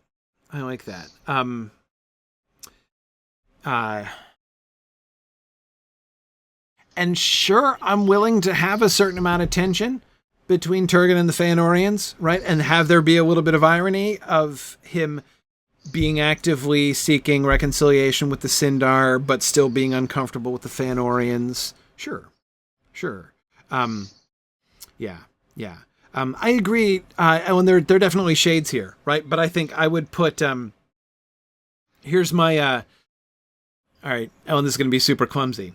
Thinking about putting them on a spectrum, right? And the spectrum, all of them is like their attitude towards reconciliation plotted out from more pragmatic on the one end of the spectrum to least pragmatic on the other end of the spectrum, right? And I would put them in this order, from most to least pragmatic. Maedhros, Fingolfin, Finrod, Turgon. Turgon is reconciling without a plan yet, right?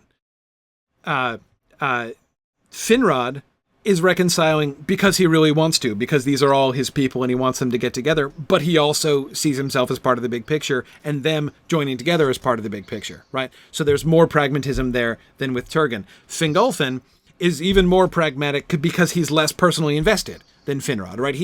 Finrod is like, I want to be friends with everybody. Fingolfin is like, we should be friends with everybody, but it's not as important to him as it is to Finrod. It's not as much of a part of his character, but he still wants to do what's right?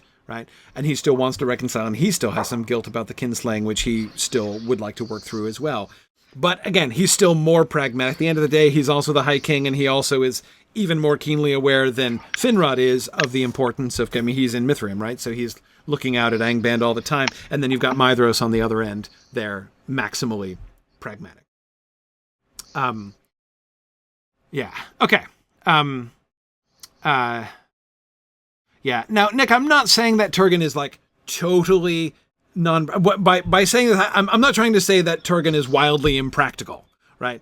or like a dreamer unconnected with reality. I'm just talking about motivations for reconciling with the Sindar. That's the only issue that I'm talking about here. He can be frightfully pragmatic in other ways if he wants to. Yeah. Okay. All right. Great. That works. Now, so thinking about that. Now we got to think about where we place this. We have to establish Vinyamar and Minas Tirith.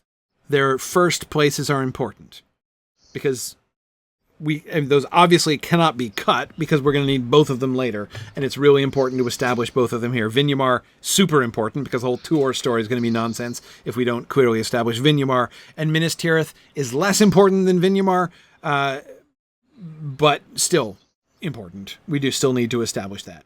So, as I recall, episode 4, right? Episode 4 is the building episode. That's the episode which we could actually title of Beleriand and its realms. It totally has to be an episode title somewhere in this season, doesn't it?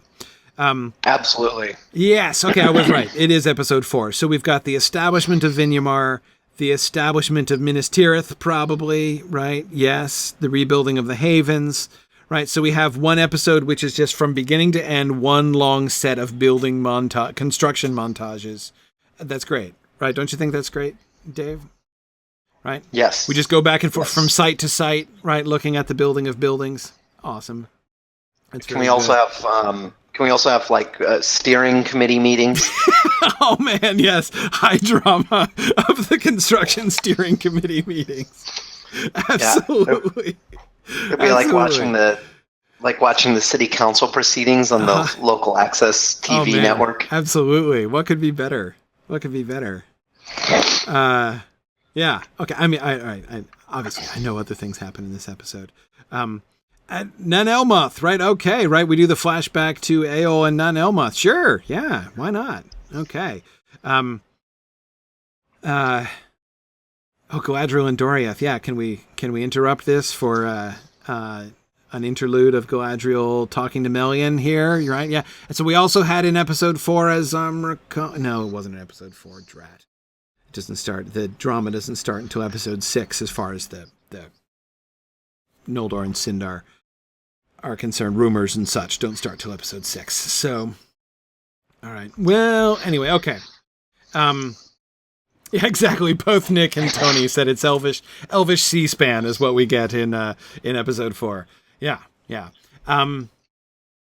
So, okay, right. No, that's cool. I'm just. Phil says, would you need building inspections as well? Oh, see, there's the drama, right? The drama comes when the inspectors come and like, so they come to Vinyamar and they're like, is that up to code? Let's check that out. Yep. No, that's all great. So this needs to be in episode 4. Why does this need to be in episode 4? Episode 1 and 2, we are sorting out the Noldor, or the Noldor aren't even sorted, like as far as who's High King and all that, and Maedhros getting back and getting better. And Galadriel setting off maybe to Doriath, right? As we were talking about before. Fine. I think we could, the Noldor claiming their realms. Why do we wait until 4? Why can't we do that in 3? I'm not sure we're crowning him High King in episode 3. That seems too late to me. What's going on in episodes 1 and 2? I mean, I know we got to rescue Maedhros, but surely if we're rescuing Maedhros in episode 1, we can be crowning Fingolfin by the end of episode 2? Right? I mean, like, I know that Maedhros needs to get better, right? But we don't have to do his, like, fighting with my left hand training montage yet, right? He doesn't have to be he doesn't have to be in fighting trim before he can abdicate, right? And acknowledge Fingolfin as the High King.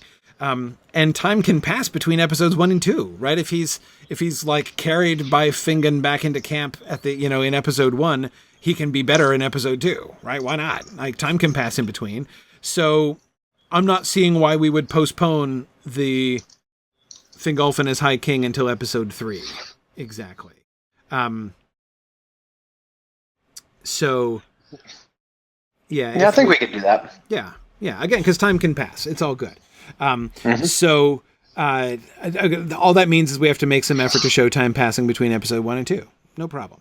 Time's going to be passing all over the place in this season, so that's fine. So if we do that, that looks good. Then, see, what I'm thinking here is this bleeds us into episode 3 potentially for people to go off and start establishing realms, right? So we don't have to have every single building in Beleriand every city in Beleriand constructed in episode 4. We can split those between episode 3 and episode 4. This would also give us more time to put Finrod in Minas Tirith, right, before he's got to leave it. And Turgon and Vinyamar, because we're going to need to establish this. In my opinion, honestly, the building of the cities is less important than the establishment of what those things mean, right? So what do those things mean? What does Minas Tirith mean? Minas Tirith means I don't mean the translation of the term. It means the Tower of Guard, but like that's the point, right? Finrod is I think it should be called Minas Tirith from the beginning. The point is we're showing the attitude of Finrod and what he's out for, right? And he is out for he's contributing, right? He sees the Vale of Sirion as the potential weak point, a serious weak point. So he's like, I'm going to be here, right? I'm going to park myself here. Maedhros, you've got over there. I've got over here. I'm part of the team, right? The Leaguer of Angband team. That's Finrod from the beginning, right? So that we have that as context for how he responds to the vision from Olmo, right? Turgon is over by the coast. So from the beginning, he's like, I'm establishing Vinyamar is going to be the great, like, Noldor Sindar commune, right?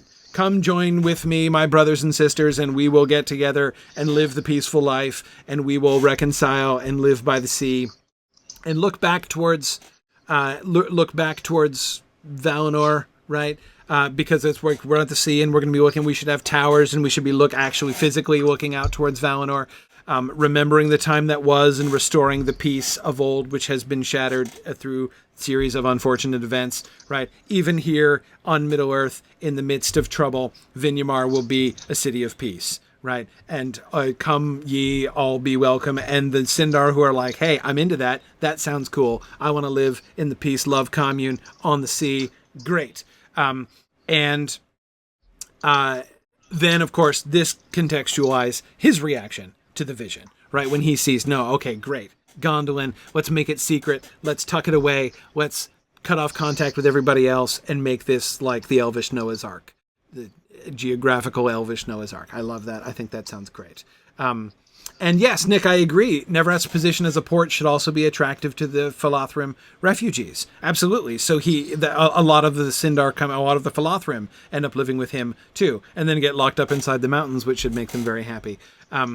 Yeah, exactly. So Neverast being geographically out of the way does really fit with that. I agree, Ellen. I think that all works really, really well. Yeah. Okay, cool.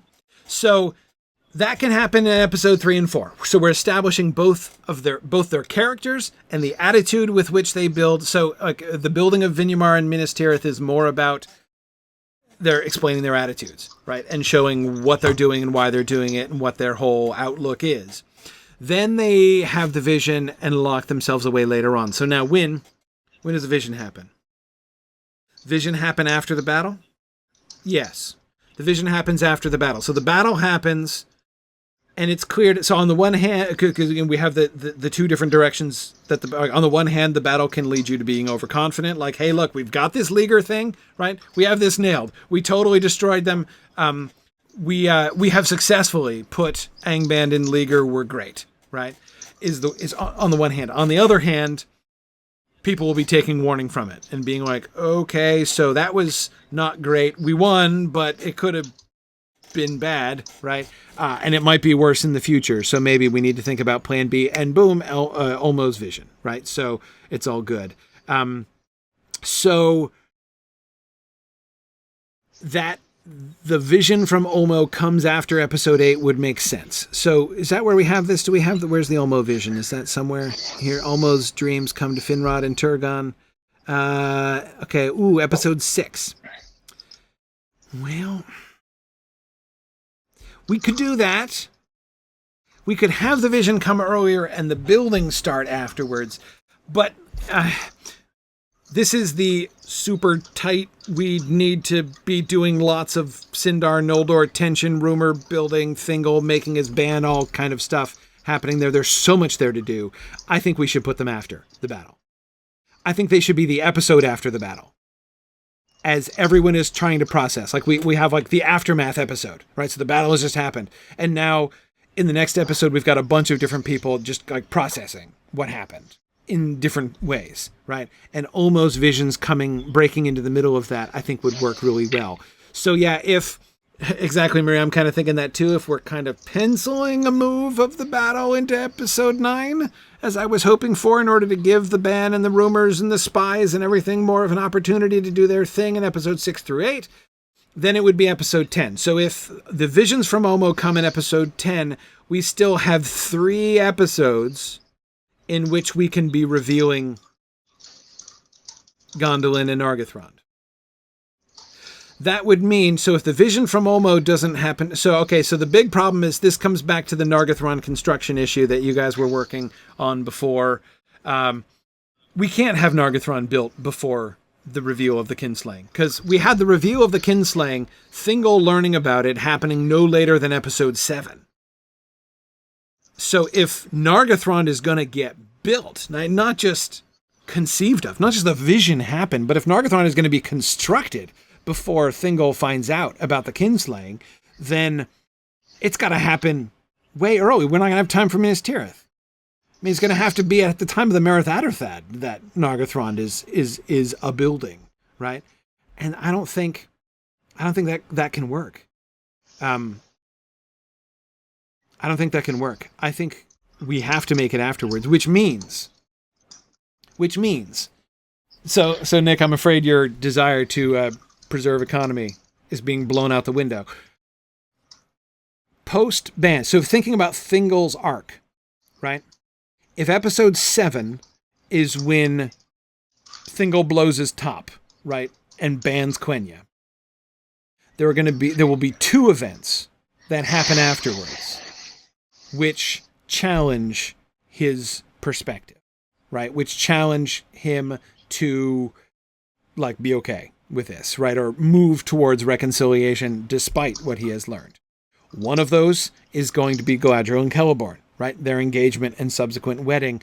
The other is going to be Finrod and his desire to continue working with Thingol. So we can make the Nargothrond story be part of the bridge building process. Nargothrond, bridge building, right? Come on, that's funny. Anyway, yeah. So right, Ellen, I agree. The Dagor Aglareb works there as well. Okay, Thingol isn't going to really participate in the Dagor Aglareb because the Dagor Aglareb is going to come right when Thingol is still in, like, I don't want to call it petulant because the kinslaying's a big deal. I'm not saying he's totally blowing that out of proportion. But anyway, I mean, when he's still really upset, right? So I agree, Brian. Melian's reaction should push Thingol away from hostility and towards some kind of reconciliation. And I'm thinking the engagement with Celeborn and Galadriel has a role there too, right? Thingol blows his top. Then comes the Dagor Aglareb, which is a bit of a wake-up call, right? But he's still kind of resolute. Then Celeborn reveals, A, that he knew about it before and didn't tell Thingol, and B, that he's getting married to Galadriel, right? And this challenges Thingol even more. And this is, I think, where Melian really comes in and sort of comes in on the side of that. And then the third thing. So then after those things have already come to sort of shake Thingol's process there, right? Then Finrod approaches him and is like, so I've got this vision, right? Nargothrond, what do you think? Can you help me out with that? And so that becomes a latter part of the season thing and becomes Thingol working towards reconciliation, though still not really there, right? And Ellen, you're absolutely right. We do want Luthien to be a voice of reconciliation. So if she's going to act for reconciliation in the Merith Atherthad, as we were suggesting at the end of last time, Again, Sauron trying to stir up trouble, and she subdues the trouble, right, during the Marath Adderthad. We certainly want her to be a voice for reconciliation with her mom, right? I don't see why she can't be there, right? So we have, like, Melian and Thingol and Luthien all there. We could have a scene with the three of them talking about the engagement, right? And Celeborn, right? I think that could be fine. So Nick, that would mean you're right. The dwarves kicking the exiles out of Nargothrond, the exiled dwarves out of Nargothrond, would have to be up here, right? We would need that to come. If the vision, the Ulmo vision happens in episode 10, because I'm still penciling in the battle for episode 9 now. I'm wanting to push that up to leave more space. So if the vision from Ulmo happens in 10, the earliest that Finrod's approach to Thingol could happen would be episode 11. Neither Nargothrond nor Gondolin, do they need to be finished? Yeah, they should be. We need to put what's his face, Turgon, into Gondolin by the end, right? Yeah. We do need to, I mean, they could still be living out of boxes, but they need to be there, right? Actually, living out of boxes, I like that idea, right? What if we show,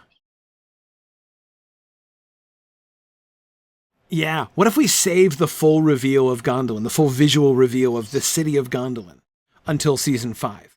What if at the end we show Turgon and his people coming, because the Tumladen is large, right? The valley is large.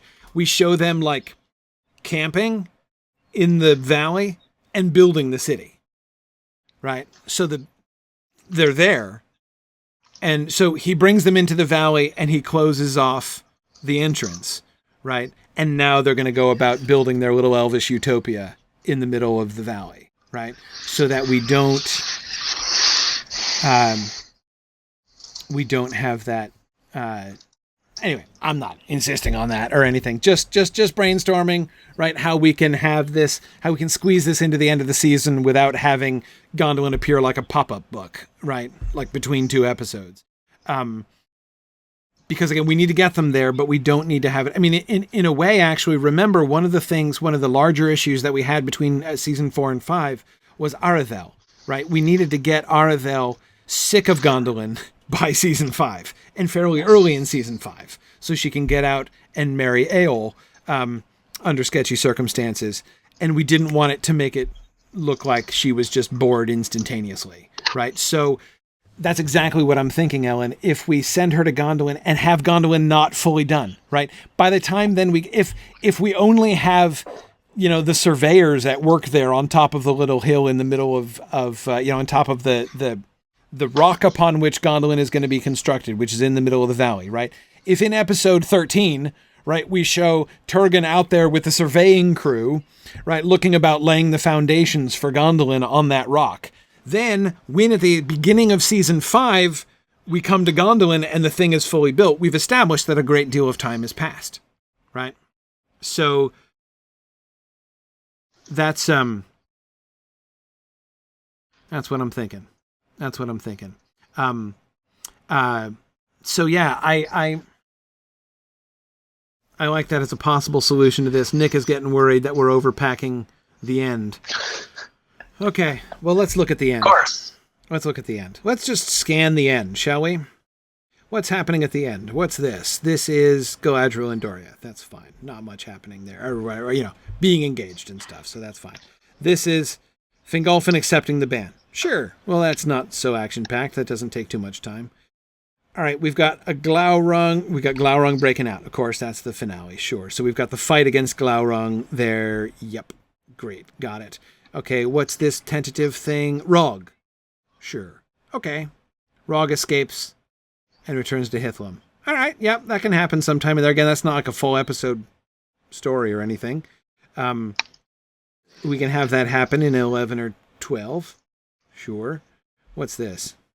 Turgon moving to Gondolin, right? Yep, that's what I was... Or we can start them moving in episode 12. We can have them say, have him review it, or no, he'd...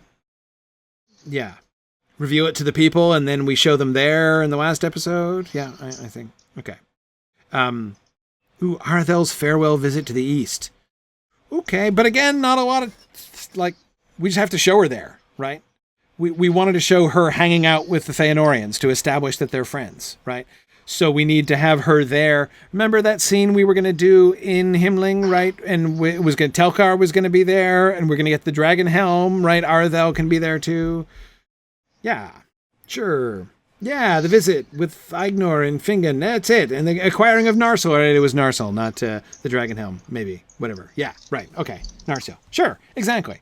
So we can accomplish that, but again, we're not talking about a lot of action yet, so I'm still okay here.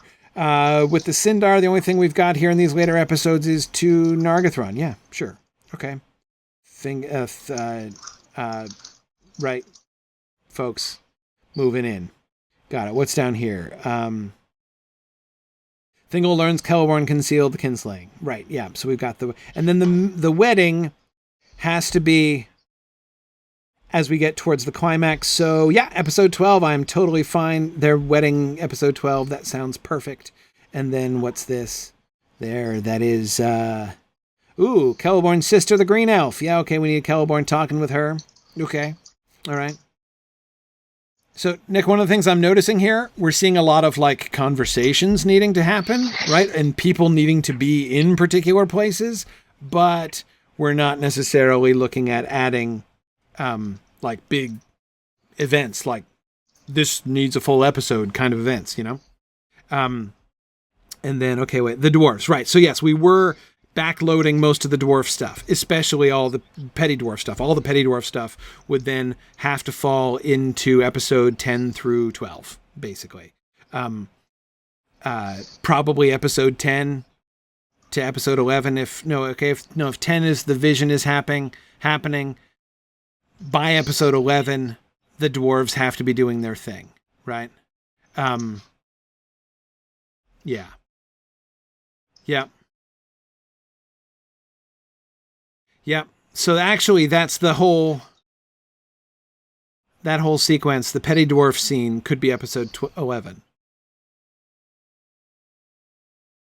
Then we have both the wedding of Galadriel and Celeborn and Finrod moving into Nargothrond in episode 12. And then Turgon moving into Gondolin in episode 13. So that's all good.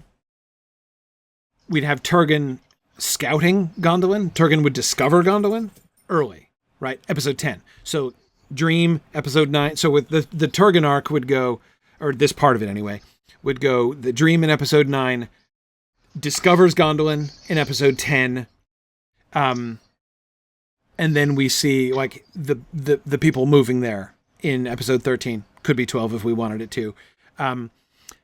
Finrod's would be Dream in episode 9, talks to Thingol in episode 10, right? Controversy. Do we want to do this? Are we okay with this? Yes. So episode 10 would then be the, like Finrod, Celeborn, Thingol, Melian, Luthien conversations, right? Like, so then like everything comes out. Finrod wants to build this thing and work with him. He discovers that Celeborn like is like knew about it all along and didn't tell him, right? And and he's engaged. And anyway, so like all this comes out in episode 10, right? But in the end, by the end of episode 10, Thingol's like, okay, fine, right? Fine, I'll give, I give, like my blessing to the marriage of Celeborn and Galadriel.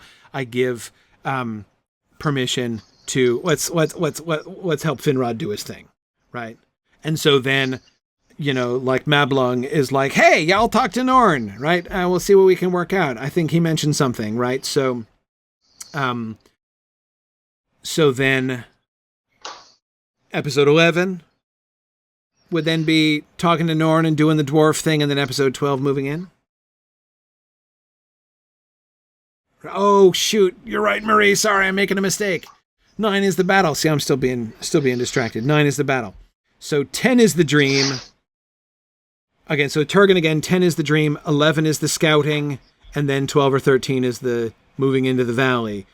10 is the dream for Finrod, 11 is the crisis and the family intervention with Thingol. That would make 12 the dwarf episode. Whew. Okay. Yes. Yes. No,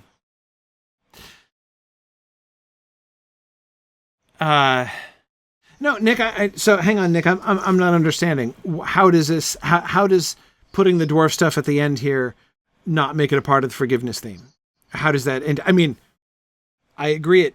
It bring the way the forgiveness theme is. The forgiveness theme is going to be as complicated and multivalent as this entire season is going to be. Right? It's not that there's going to be one trajectory of like the forgiveness theme. Rather, it's going to be a true theme. That is an idea that will come up again and again in different ways, and we will see different people going in different directions with varying different kinds of outcomes, right? Based upon the extent to which they're willing to forgive. But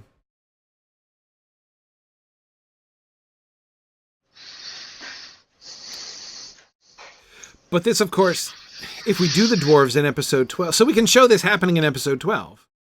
Like, I'm fine with that. Yeah. Oh.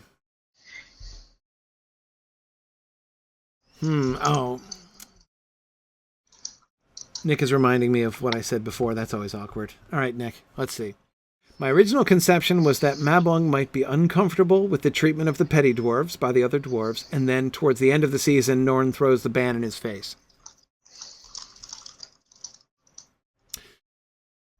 That could happen in this one episode. Well, why not squeeze it all into one episode, right? So Mablung talks to Norn. Norn is like, hey, I've got a great idea.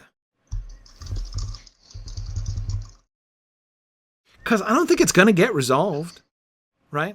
I mean, we're going to end just with discomfort with what happened with the petty dwarves, right? I mean, that's just going to be uncomfortable.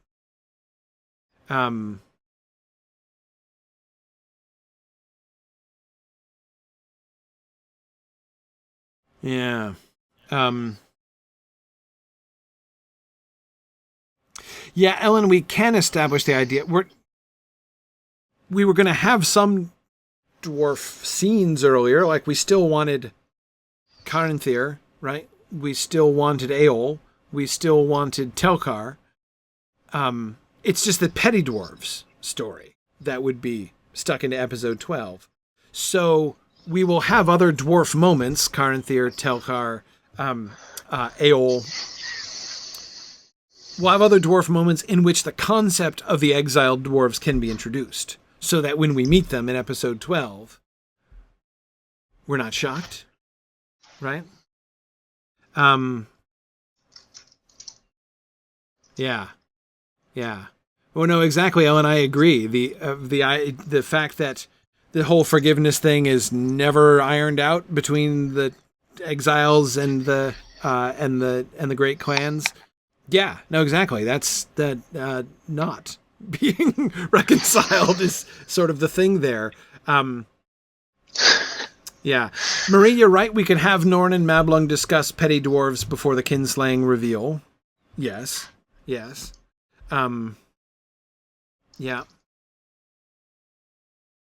Well, I mean, I don't see any other way around it. I mean, I definitely see why it might be cool to be able to do the petty dwarfs and incorporate them a little bit earlier in the trajectory, but I don't see how it could go. If it's going to be a Nargothrond thing, it's got to be after the dream, and how can the dream be before the battle? If it is, then it's just going to be a sideline and a distraction. I mean, the whole center of the season, from the Merith Atherthad in the beginning of Sauron's scheming and spying, right? From the Merith Atherthad through episode 8, we're going to have 4 episodes in a row, which are going to be all about the tension, right? And the suspicions and the spying and the rumors and the reveal and the ban and the reaction, right? So all of the Noldor Sindar tension, if we have the dreams happen in the middle of that, I mean, we could make it work, but It seems to me like it fits much better out here in episode, I keep wanting to put it in 9, in episode 10, right after the battle happens in 9. Which ties our hands as far as the petty dwarfs are concerned. They've got to get squeezed in. And I think it's got to be 12. Now, the thing, Nick, here's my least favorite part of that. My least favorite part of that is that we're showing the petty dwarves being kicked out of Nargothrond at the same time that Galadriel and Celeborn are getting married. Though it does explain where Finrod was at the time, right? And why Finrod is not seeing this, right? What if he's staying there? So he goes to talk to Thingol and he stays, right? Because he's staying for the wedding, right? So he stays in Doriath for some time. Meanwhile, Thingol says yes, and Mablung's like, I've got a great idea, and he talks to Norn. So Norn goes and does this while the wedding is happening, right? So Finrod is still in Doriath. This explains why Finrod doesn't know, right? So he's been in Doriath for a while. He stays through the wedding, and then like, so that would help us to ramp up the irony, right?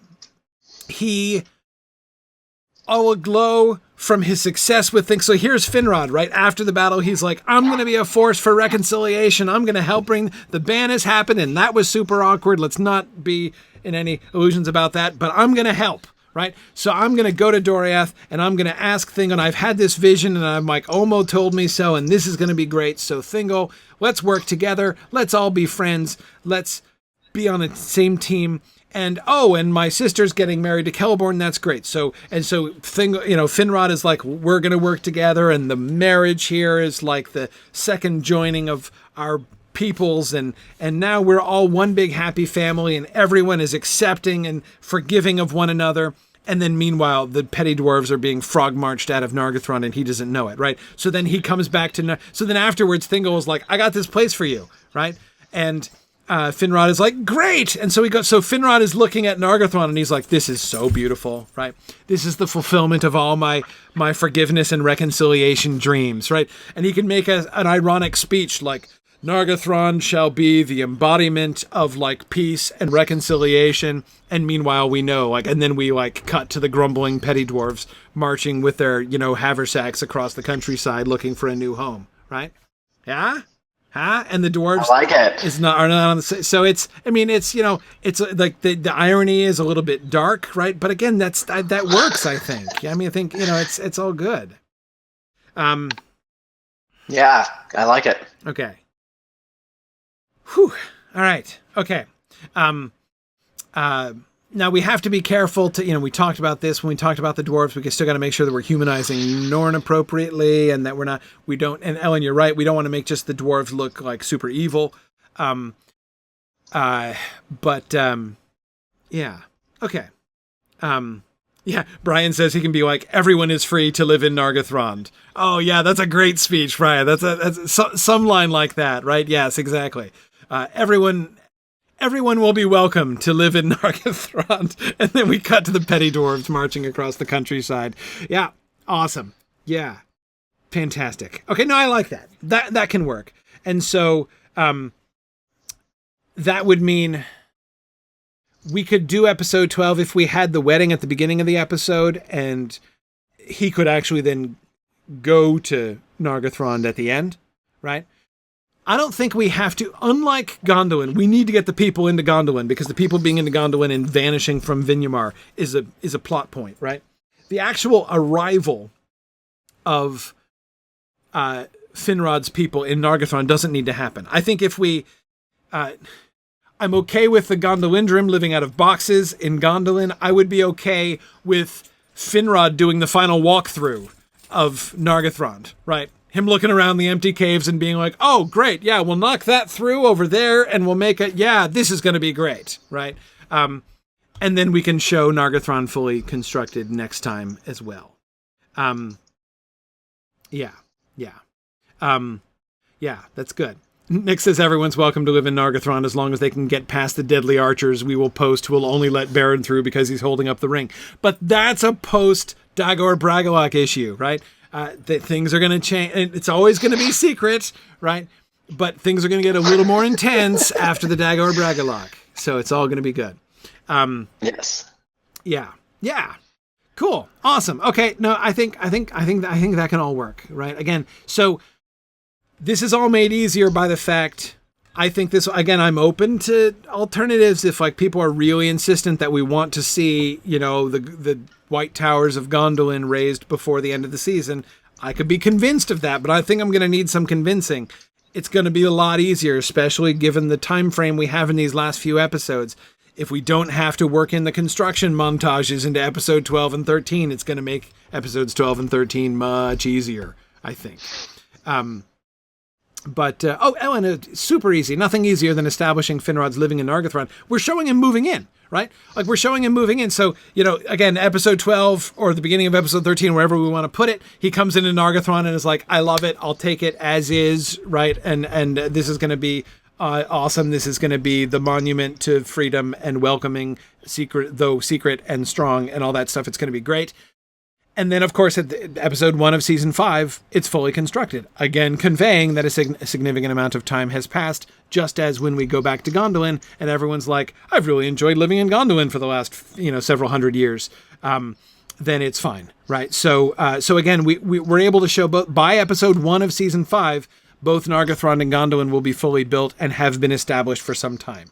Again, it helps us to show that time has passed when we get back to them. I have another idea for that in season 5. Let me say it now because I'll totally forget it later on. I think episode 1 of season 5 should be just the men. I think we should start with the men at the beginning of season 5 like we started with the elves in the beginning of season 2. A little bit, but anyway. Okay. All right. Future considerations. So what else needs to happen? The dragon stuff. Other things happening. Notice that look at all the color here in the middle, right? This is the bad guys' plots, right? So here's Sauron doing his Sauron thing and the battle preparing and everything. That's all in the orange, right? Then episode 10 to the end is just dragon stuff, right? Getting ready for Glaurung. And since Glaurung is going to be mostly just teased and foreshadowed, I don't think we have a whole large, I don't think we need a lot of screen time with Glaurung in episodes 10, 11, and 12. I agree that we can introduce him. We don't have to pull him out of a hat in episode 13, but we're not going to need a whole lot of time there. Like, we're not going to have to dedicate an episode or half an episode to Glaurung in 10, 11, or 12. In fact, I think I recall us saying that we actually preferred to have less screen time. Yeah, exactly. Okay, wait. Nick wants to know, is Norn acting alone or does he go back to Azekal for permission to work the deal? No.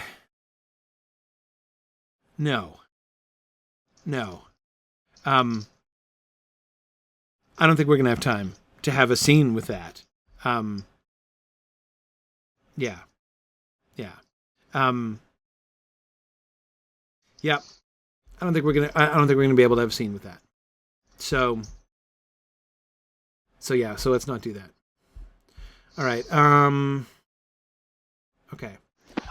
All right. Now, we've been on the Gantt chart forever, and so I've totally lost sight of the PowerPoint here. What else did we discover? Okay, so we did the building Minas Tirith. Yeah, we got that. All right.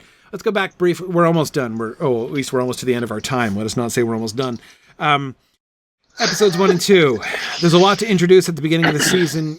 Yes. Okay, no, wait. Why do we need a 2-hour opener? Didn't we establish there was almost nothing happening in episode 1? I mean, okay. The rescue of Maedhros is happening in episode 1. But what else? Other than the rescue of Maedhros, what happens in episode 1? Fingolfin reforging Ringil? Okay, that's a scene, right? Morgoth putting out the clouds of darkness to block the sun, right? That can be demonstrated during the rescue of Maedhros, so that's cool. That can be like the opening of that. Celeborn, okay, we've got the meeting. That's another thing that happens. So Círdan and Celeborn coming in, and we have the first meeting of the Sindar and the Noldor. Okay, that's a legitimate second thing. Episode 1, just episode 1, Ellen, so nobody's going to Doriath yet, because we haven't even rescued Maedhros yet. So I'm just thinking of episode 1 here first. So the first meeting happens. Great. Okay, so the first meeting between Círdan plus Celeborn and the Noldor, right? Fine. happens while Fingon is off, right? He's off rescuing Maedhros. Meanwhile, there's the first meeting, right? Okay. Great. What else? What else is here? Anything else? No. Yeah, we're fine. Okay. So, yeah. So that's good. That's good. And again, this is episode 1 of a new season, so an indeterminate amount of time has passed, right, between the end of the last season and the beginning of this season. And there's no reason we need to suggest that we're continuing in the same minute, right? So we showed the sun rising. We're not going to like come in at like noon of that same day, right? We can have people talking about how, have Fingon setting out. Or,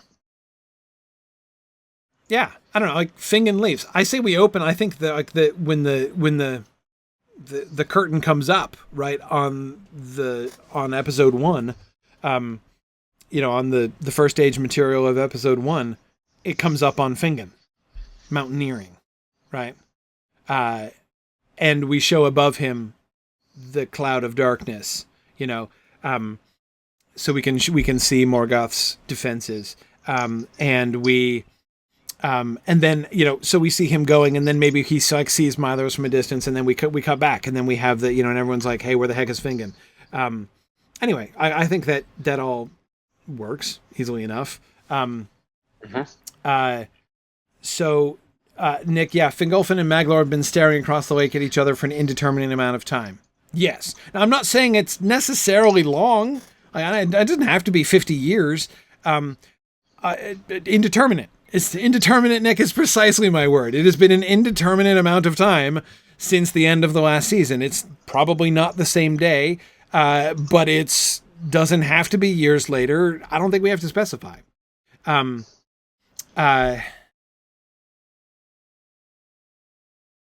Just Fingon finds out about Maedhros' capture off screen? I don't know. But anyway, this is like what we're going to do in the future episodes. All I'm saying is that doesn't sound to me like 2 hours of content, right? Fingon rescues Maedhros and they meet. There are 2 things happening in that episode, right? Fine.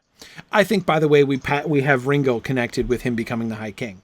I think that's when he reforges Ringel. Is when he accepts the High Kingship. So episode 2 is the aftermath. We have Maedhros has gotten better. Again, time has passed between episode 1 and 2.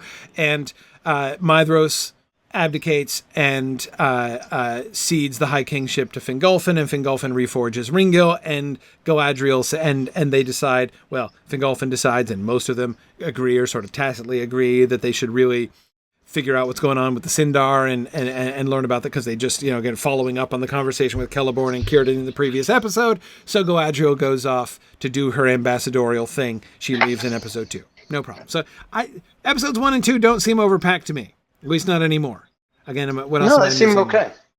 Yeah, so, okay, yeah, we can have a conversation between Norn and Mablung. Sure, yeah, why not? We can do that if we want that then. No problem. Morgoth takes off. Yeah, I want Morgoth out. I want him out of the way for most of the season. Yeah. Yep, that's fine. Let's see, Brian says there's not much visual interaction between the Fëanorians and the Noldor before Maedhros' rescue. There can be.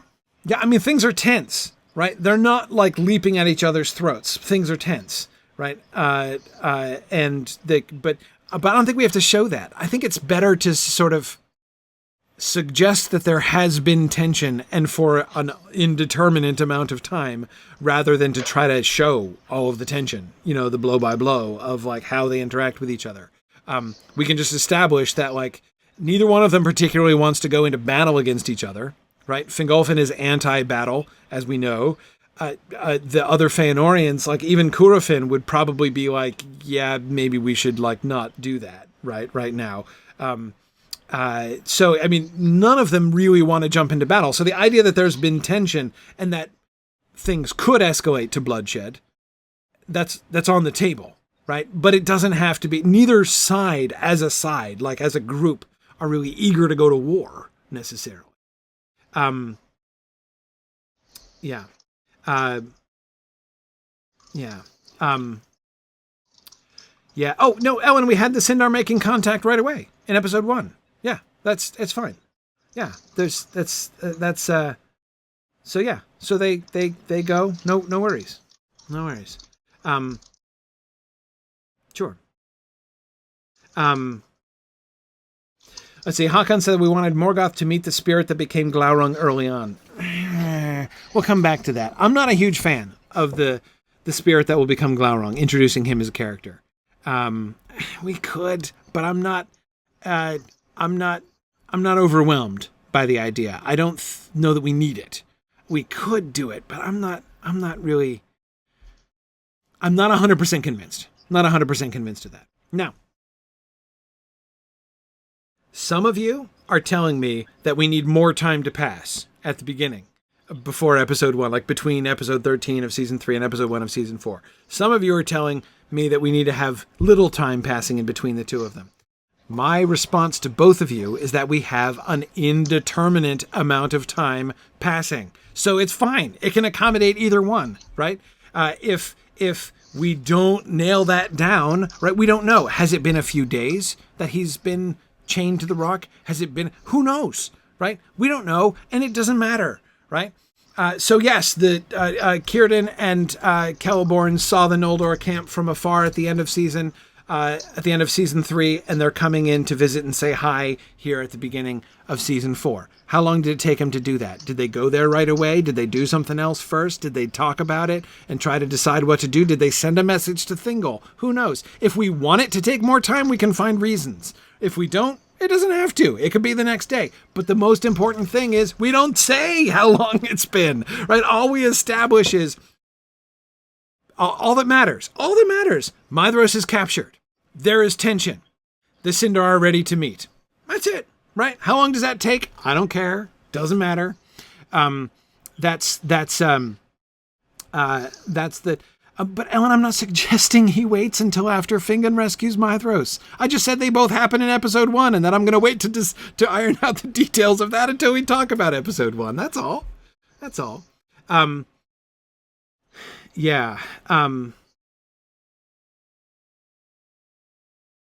Well, Nick, let me come back to the dragon concerns. I get the dragon concerns. I mean, I understand what the concerns are there. I don't want to short shrift it, is my concern here.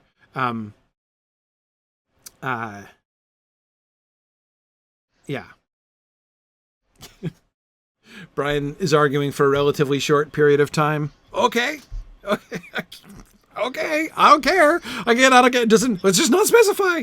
I mean, Dave, does that seem to be a problem to you? That we just we don't say? If we don't say, it's fine, right? People can imagine, if it fits people's headcanon that it was a long time, they can imagine that.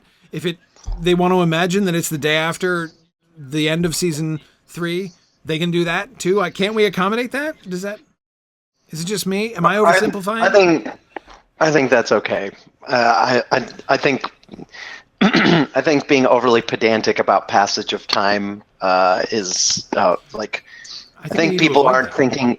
Yeah, and I think people aren't thinking about what it would be like to watch that on TV. Come on. Yeah. I agree that going too far in the other direction where you're uncareful and careless about it, and you're not mindful of how it's portrayed, so it feels like. So it feels like characters are Ubering around a massive medieval continent. I agree that's also dumb. Right. But I think if we're thoughtfully vague, that works out best. Exactly. Yeah, so Ellen, in response to your Maedhros comment, see, again, we don't have to specify an amount of time in order to establish that Maedhros is profoundly changed by his torment. What we do is establish through our depiction of Maedhros that he is profoundly changed by his torment. Then you as viewer, right, can fill it in, right? If you're saying he must have been up on that cliff for a really long time to come out that way, then by all means, think that. And our depiction won't stop you thinking that, right? If you can fit it into your own headcanon that it was a traumatic, though short experience. Goodness knows many experiences which don't last that long, nevertheless have a profound change on people, right? So if that works for you, you can do it. But leave it an open canvas for people. People can make their own decisions on that, right? All our job is to show that Maedhros is profoundly changed, right? And that has to be consistent with what we show, right? But the whole point of not specifying the passage of time is that we don't have to take sides on these things. We don't. We just have to show the basic facts, right? Good. Okay. So, excellent. Now, so I think that works.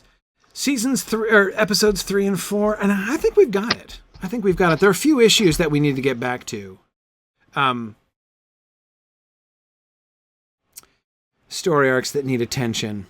Running out of time. Okay, let's see how much of this we've talked about. The dwarves, we need to know how they tie into other storylines. Do they get their own story? I wouldn't say their own story. I mean, we're going to get that. We're going to get a few important glimpses into the dwarves, right? We're going to see the dwarves interacting and establishing trade relations. We're going to see the dwarf craftsmen, and we're going to get some feel of that with Telkar, and especially with Eol and Telkar being creeped out by the swords, right? So we will learn not only that they're craftsmen, we'll see some of the dynamics of that, and Telkar is a positive example. We'll see the forging of Narsil and stuff like that. So we'll get some like cultural elements, right, of the dwarves there. And then, of course, we get the big petty dwarf issue with Nargothrond at the end, which should be, if we do it right, very moving. Yeah. So I think that we can. I don't see us having really a dwarf arc exactly, like a complete dwarf story. I think they're gonna. I mean, this is a very elf-focused season. We're not forgetting about the dwarves, right? The dwarves will come in now and again, and we'll show them interacting. But I don't see us having what you would call a plot thread for the dwarves exactly in this season. I think we don't have enough time. The villains are largely secretive and unsuccessful this season. Yes, and I love that. And what I love about that most is that Morgoth is, that's why I want to get Morgoth out of town, and I want to emphasize that he's out of town for the vast majority of this season.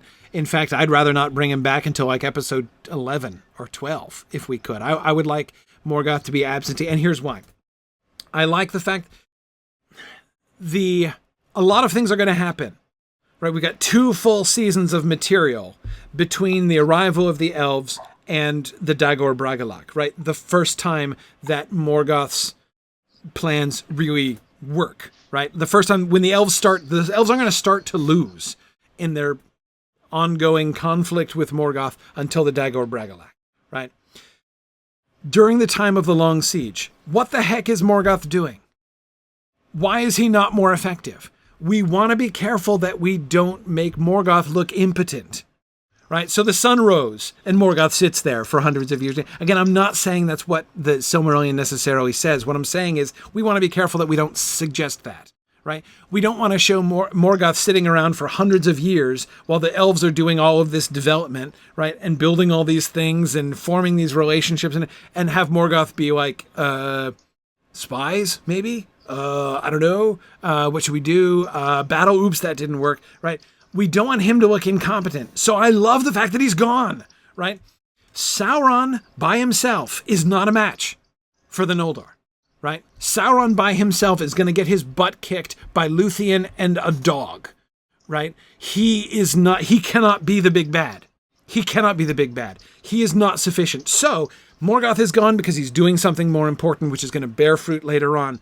And the bad guys who are there are the junior league bad guys. And that's why not much is happening. Not much effectual is happening. Sauron's plot works, right? Sauron's plot does bear fruit. His secret thing, right? His spying and rumor thing, it bears fruit, but only in kind of small ways. It doesn't break the siege, right? It doesn't change the whole picture. But again, he can't. He's not that good, right?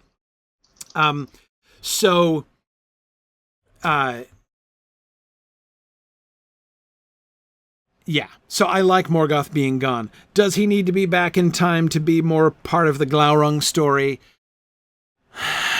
Yeah, I mean, dragons do have to be Morgoth's project. They can't be Sauron's project. But this gets back to the dragons issue. Spoiler. Nick, I don't think I agree with you about Glaurung as interlude at the end of the season. Surprise, surprise, Nick. I don't agree with you. I know you're going to be shocked to find that I don't agree with you. But I'm not seeing that necessarily. We'll get to that. Okay. So I don't think it will feel disconnected. I don't think it need feel disconnected, but I'll come back to that. I don't have time for that right now, but I want to come back to that at the beginning of next time. We'll talk about the dragon thing. Where do Fingolfin and Thingol's stories end for now? We did that with Thingol, right? Thingol making moves towards reconciliation, getting over it a little bit, right? So we've got in episode 12, the Nargothrond thing and the wedding thing, right? And him still not being perhaps psyched about that, either one of those things, but him kind of being brought around, right? To some extent.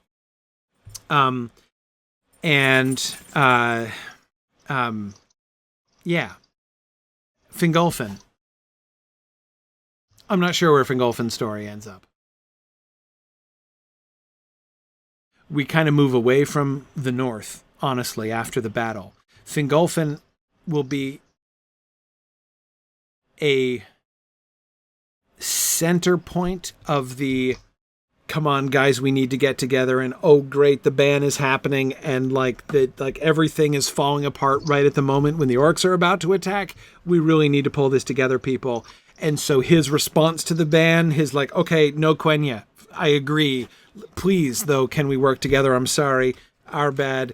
I won't speak Quenya. Can we work together? That's where Fingolfin ends up there before and after the battle. Fingolfin should certainly be one of those who sees the battle as a warning, right? And who is thinking, all right, we need to move on, right? We need to see this as, things are going to be happening down the road.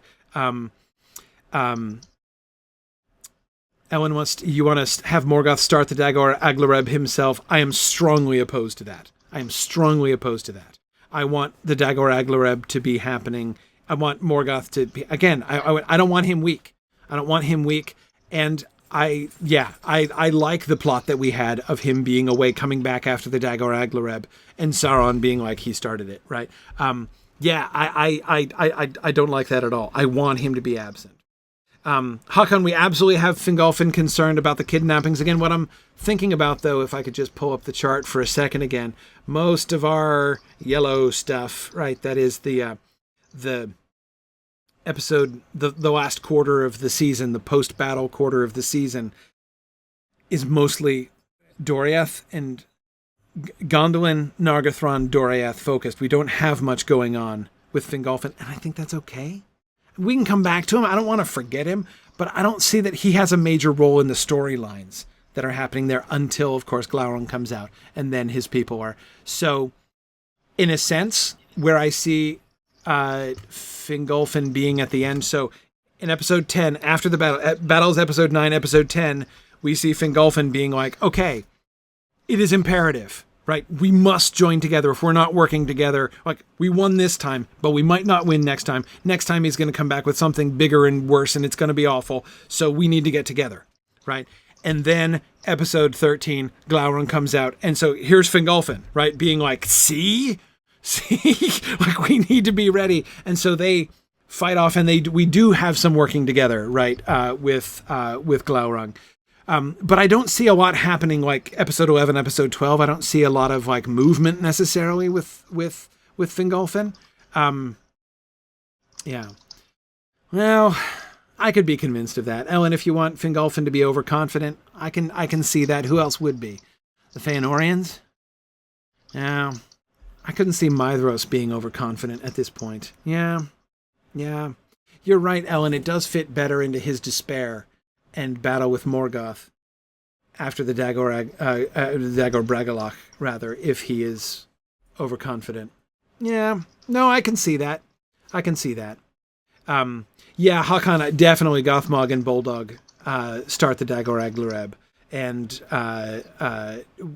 yeah. Anyway, yeah, no, I can see that. I can see that. Okay.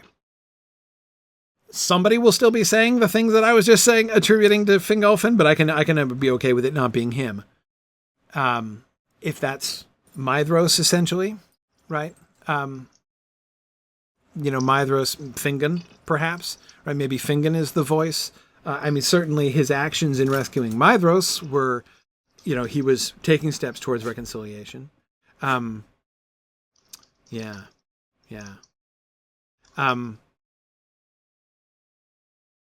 Okay. Sure. All right. So if we have Fingolfin be the primary voice for, see, we won the battle, we will win every battle, the orcs can't stand against us, Morgoth has no choice, and, the Noldor are victorious. Okay. Somebody's got to say that, so it works for me to make that Fingolfin. Sure. Great. Okay.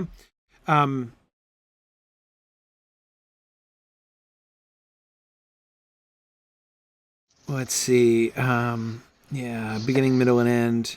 I didn't get to Nick's stuff. Let's see. Okay. Here's what I would like to do. I agree this stuff is important stuff. At the beginning of next time, and this will totally not take the whole episode. At the beginning of next time, I want to talk about the dragon stuff because I've been avoiding the dragon topic because I want to make sure we look at that, and I didn't want to rush through that. I want to look at the dragon thing in the end of the season. I want to think about this stuff, the beginning, middle, and end stuff. Can we get, so Nick, you were doing let me at least show it, even though I'm not going to get much of a time to talk about it. You were looking at beginning, middle, and end for these different characters and things. Can we do a similar thing with the, I guess what I'm looking for, I would like to see visually like a simplified version of the Gantt chart, essentially, right? To show the arcs, the major plot arcs, not character by character, but we have the Galadriel Celeborn storyline. Well, really, no, because that's part of the larger. The Sindar Noldor storyline, right? The Gondolin Nargothrond storylines. Can I just sort of see how all these things are shaped so that we can, because the mood whiplash thing that you guys were talking about in those notes, worrying about shifting from one part of one thread to another part without, having the episodes feel really weird. That would be, I would like to kind of see that. So, okay. Anyway, so let's see what we can pull together to look at to sort of make sure that we're smoothing out. I feel pretty confident in the over outlines that we're looking at. But I want to make sure that we smooth that out, and then I want to talk about dragons. Then we will go back to episode 1, and we will look at the specific, again, review what needs to happen in that episode and how we can make sure that will all work. And then who knows, maybe we can get to episode 2 too, because we already kind of talked about episode 1 and 2 a little bit, and I don't think it'll necessarily take us that long to do this. So let's start mapping our way through the episodes a little bit more rapidly. Having done the thematic discussion, having done this overview, I think we can sort of move through. Sam wants to know how long the series will be. How long will the TV series be? All the way through the last scene of the last episode of the last season, Sam, is going to be Sam Gamgee getting on a boat. Right, that's it. That's it. Are you sure? We're not going to go all the way to Legolas and Gimli? You don't want to do the later career adventures of Legolas and Gimli? Yeah. To be honest, spoiler for 25 years from now, I kind of want Legolas and Gimli to be on the boat when Sam gets on it. Like I kind of want to put them on the same boat, frankly. Unless I've got a good reason to not do that, like a good reason for what stuff I want to accomplish before Legos and Gimli leave. I think I'm packing them on the same boat. Anyway, yeah. So ballpark number of seasons, Sam, 20, 25, something like that is what I'm thinking ish, yeah. Yeah. Yeah, roughly. So yeah, no problem. And we're in season 4 now. So before that should put me we should finish this before I hit 80 years old, that is. So we'll be fine, right? Should be all good. All right. Thanks everybody for joining us. This was it was good. I'm feeling much better about the season outline now. I thought that this stuff. Thank you guys so much for all the work that you've done. The thinking that has gone into the Gantt chart here is phenomenal. Could never have done this without you guys having mapped this stuff out. And the idea to use this as a form, Nick, was that your idea? Anyway, like the Gantt chart form, brilliant way. Yeah, really, it would have been insane to do it without it. Absolutely impossible. And thanks everybody, as always, for your contributions on the discussion boards and everything. This has been great. Really glad to see this kind of coming together here. And again, so next time, dragons, make sure we're smoothing out the overview there, and then we will get into episodes 1 and 2. I'm confident we're going to do episodes 1 and 2 next time. Now, you may ask, when exactly is next time? Because we had to go off schedule for this week. So my plan is we will meet next week. On the 5th of April, because that's returning to our original schedule. And then from there, we should be fine. So we'll meet on the 5th, and then we'll meet on the 19th of April, and we should be able to continue on to May 3rd right after that. So back to the normal schedule starting next week. I had to move. This episode was rescheduled from last week when I was in Florida. So that's why we're going to be back. So next week is when we're going to be. Right. We've already gone over a lot of this stuff. So that's what's going to happen. So thanks. Oh, it was Philip's idea for the Gantt chart. Great, Marie. Thanks for that. Okay, excellent. Thanks, everybody. And I will see you guys next week. Thanks for listening, and Godspeed. Although the theoretical budget of our hypothetical blockbuster may be unlimited, the production budgets of this and the rest of our fun alternative educational projects are unfortunately not. If you have enjoyed joining our production team, please consider donating at signumuniversity.org/fund.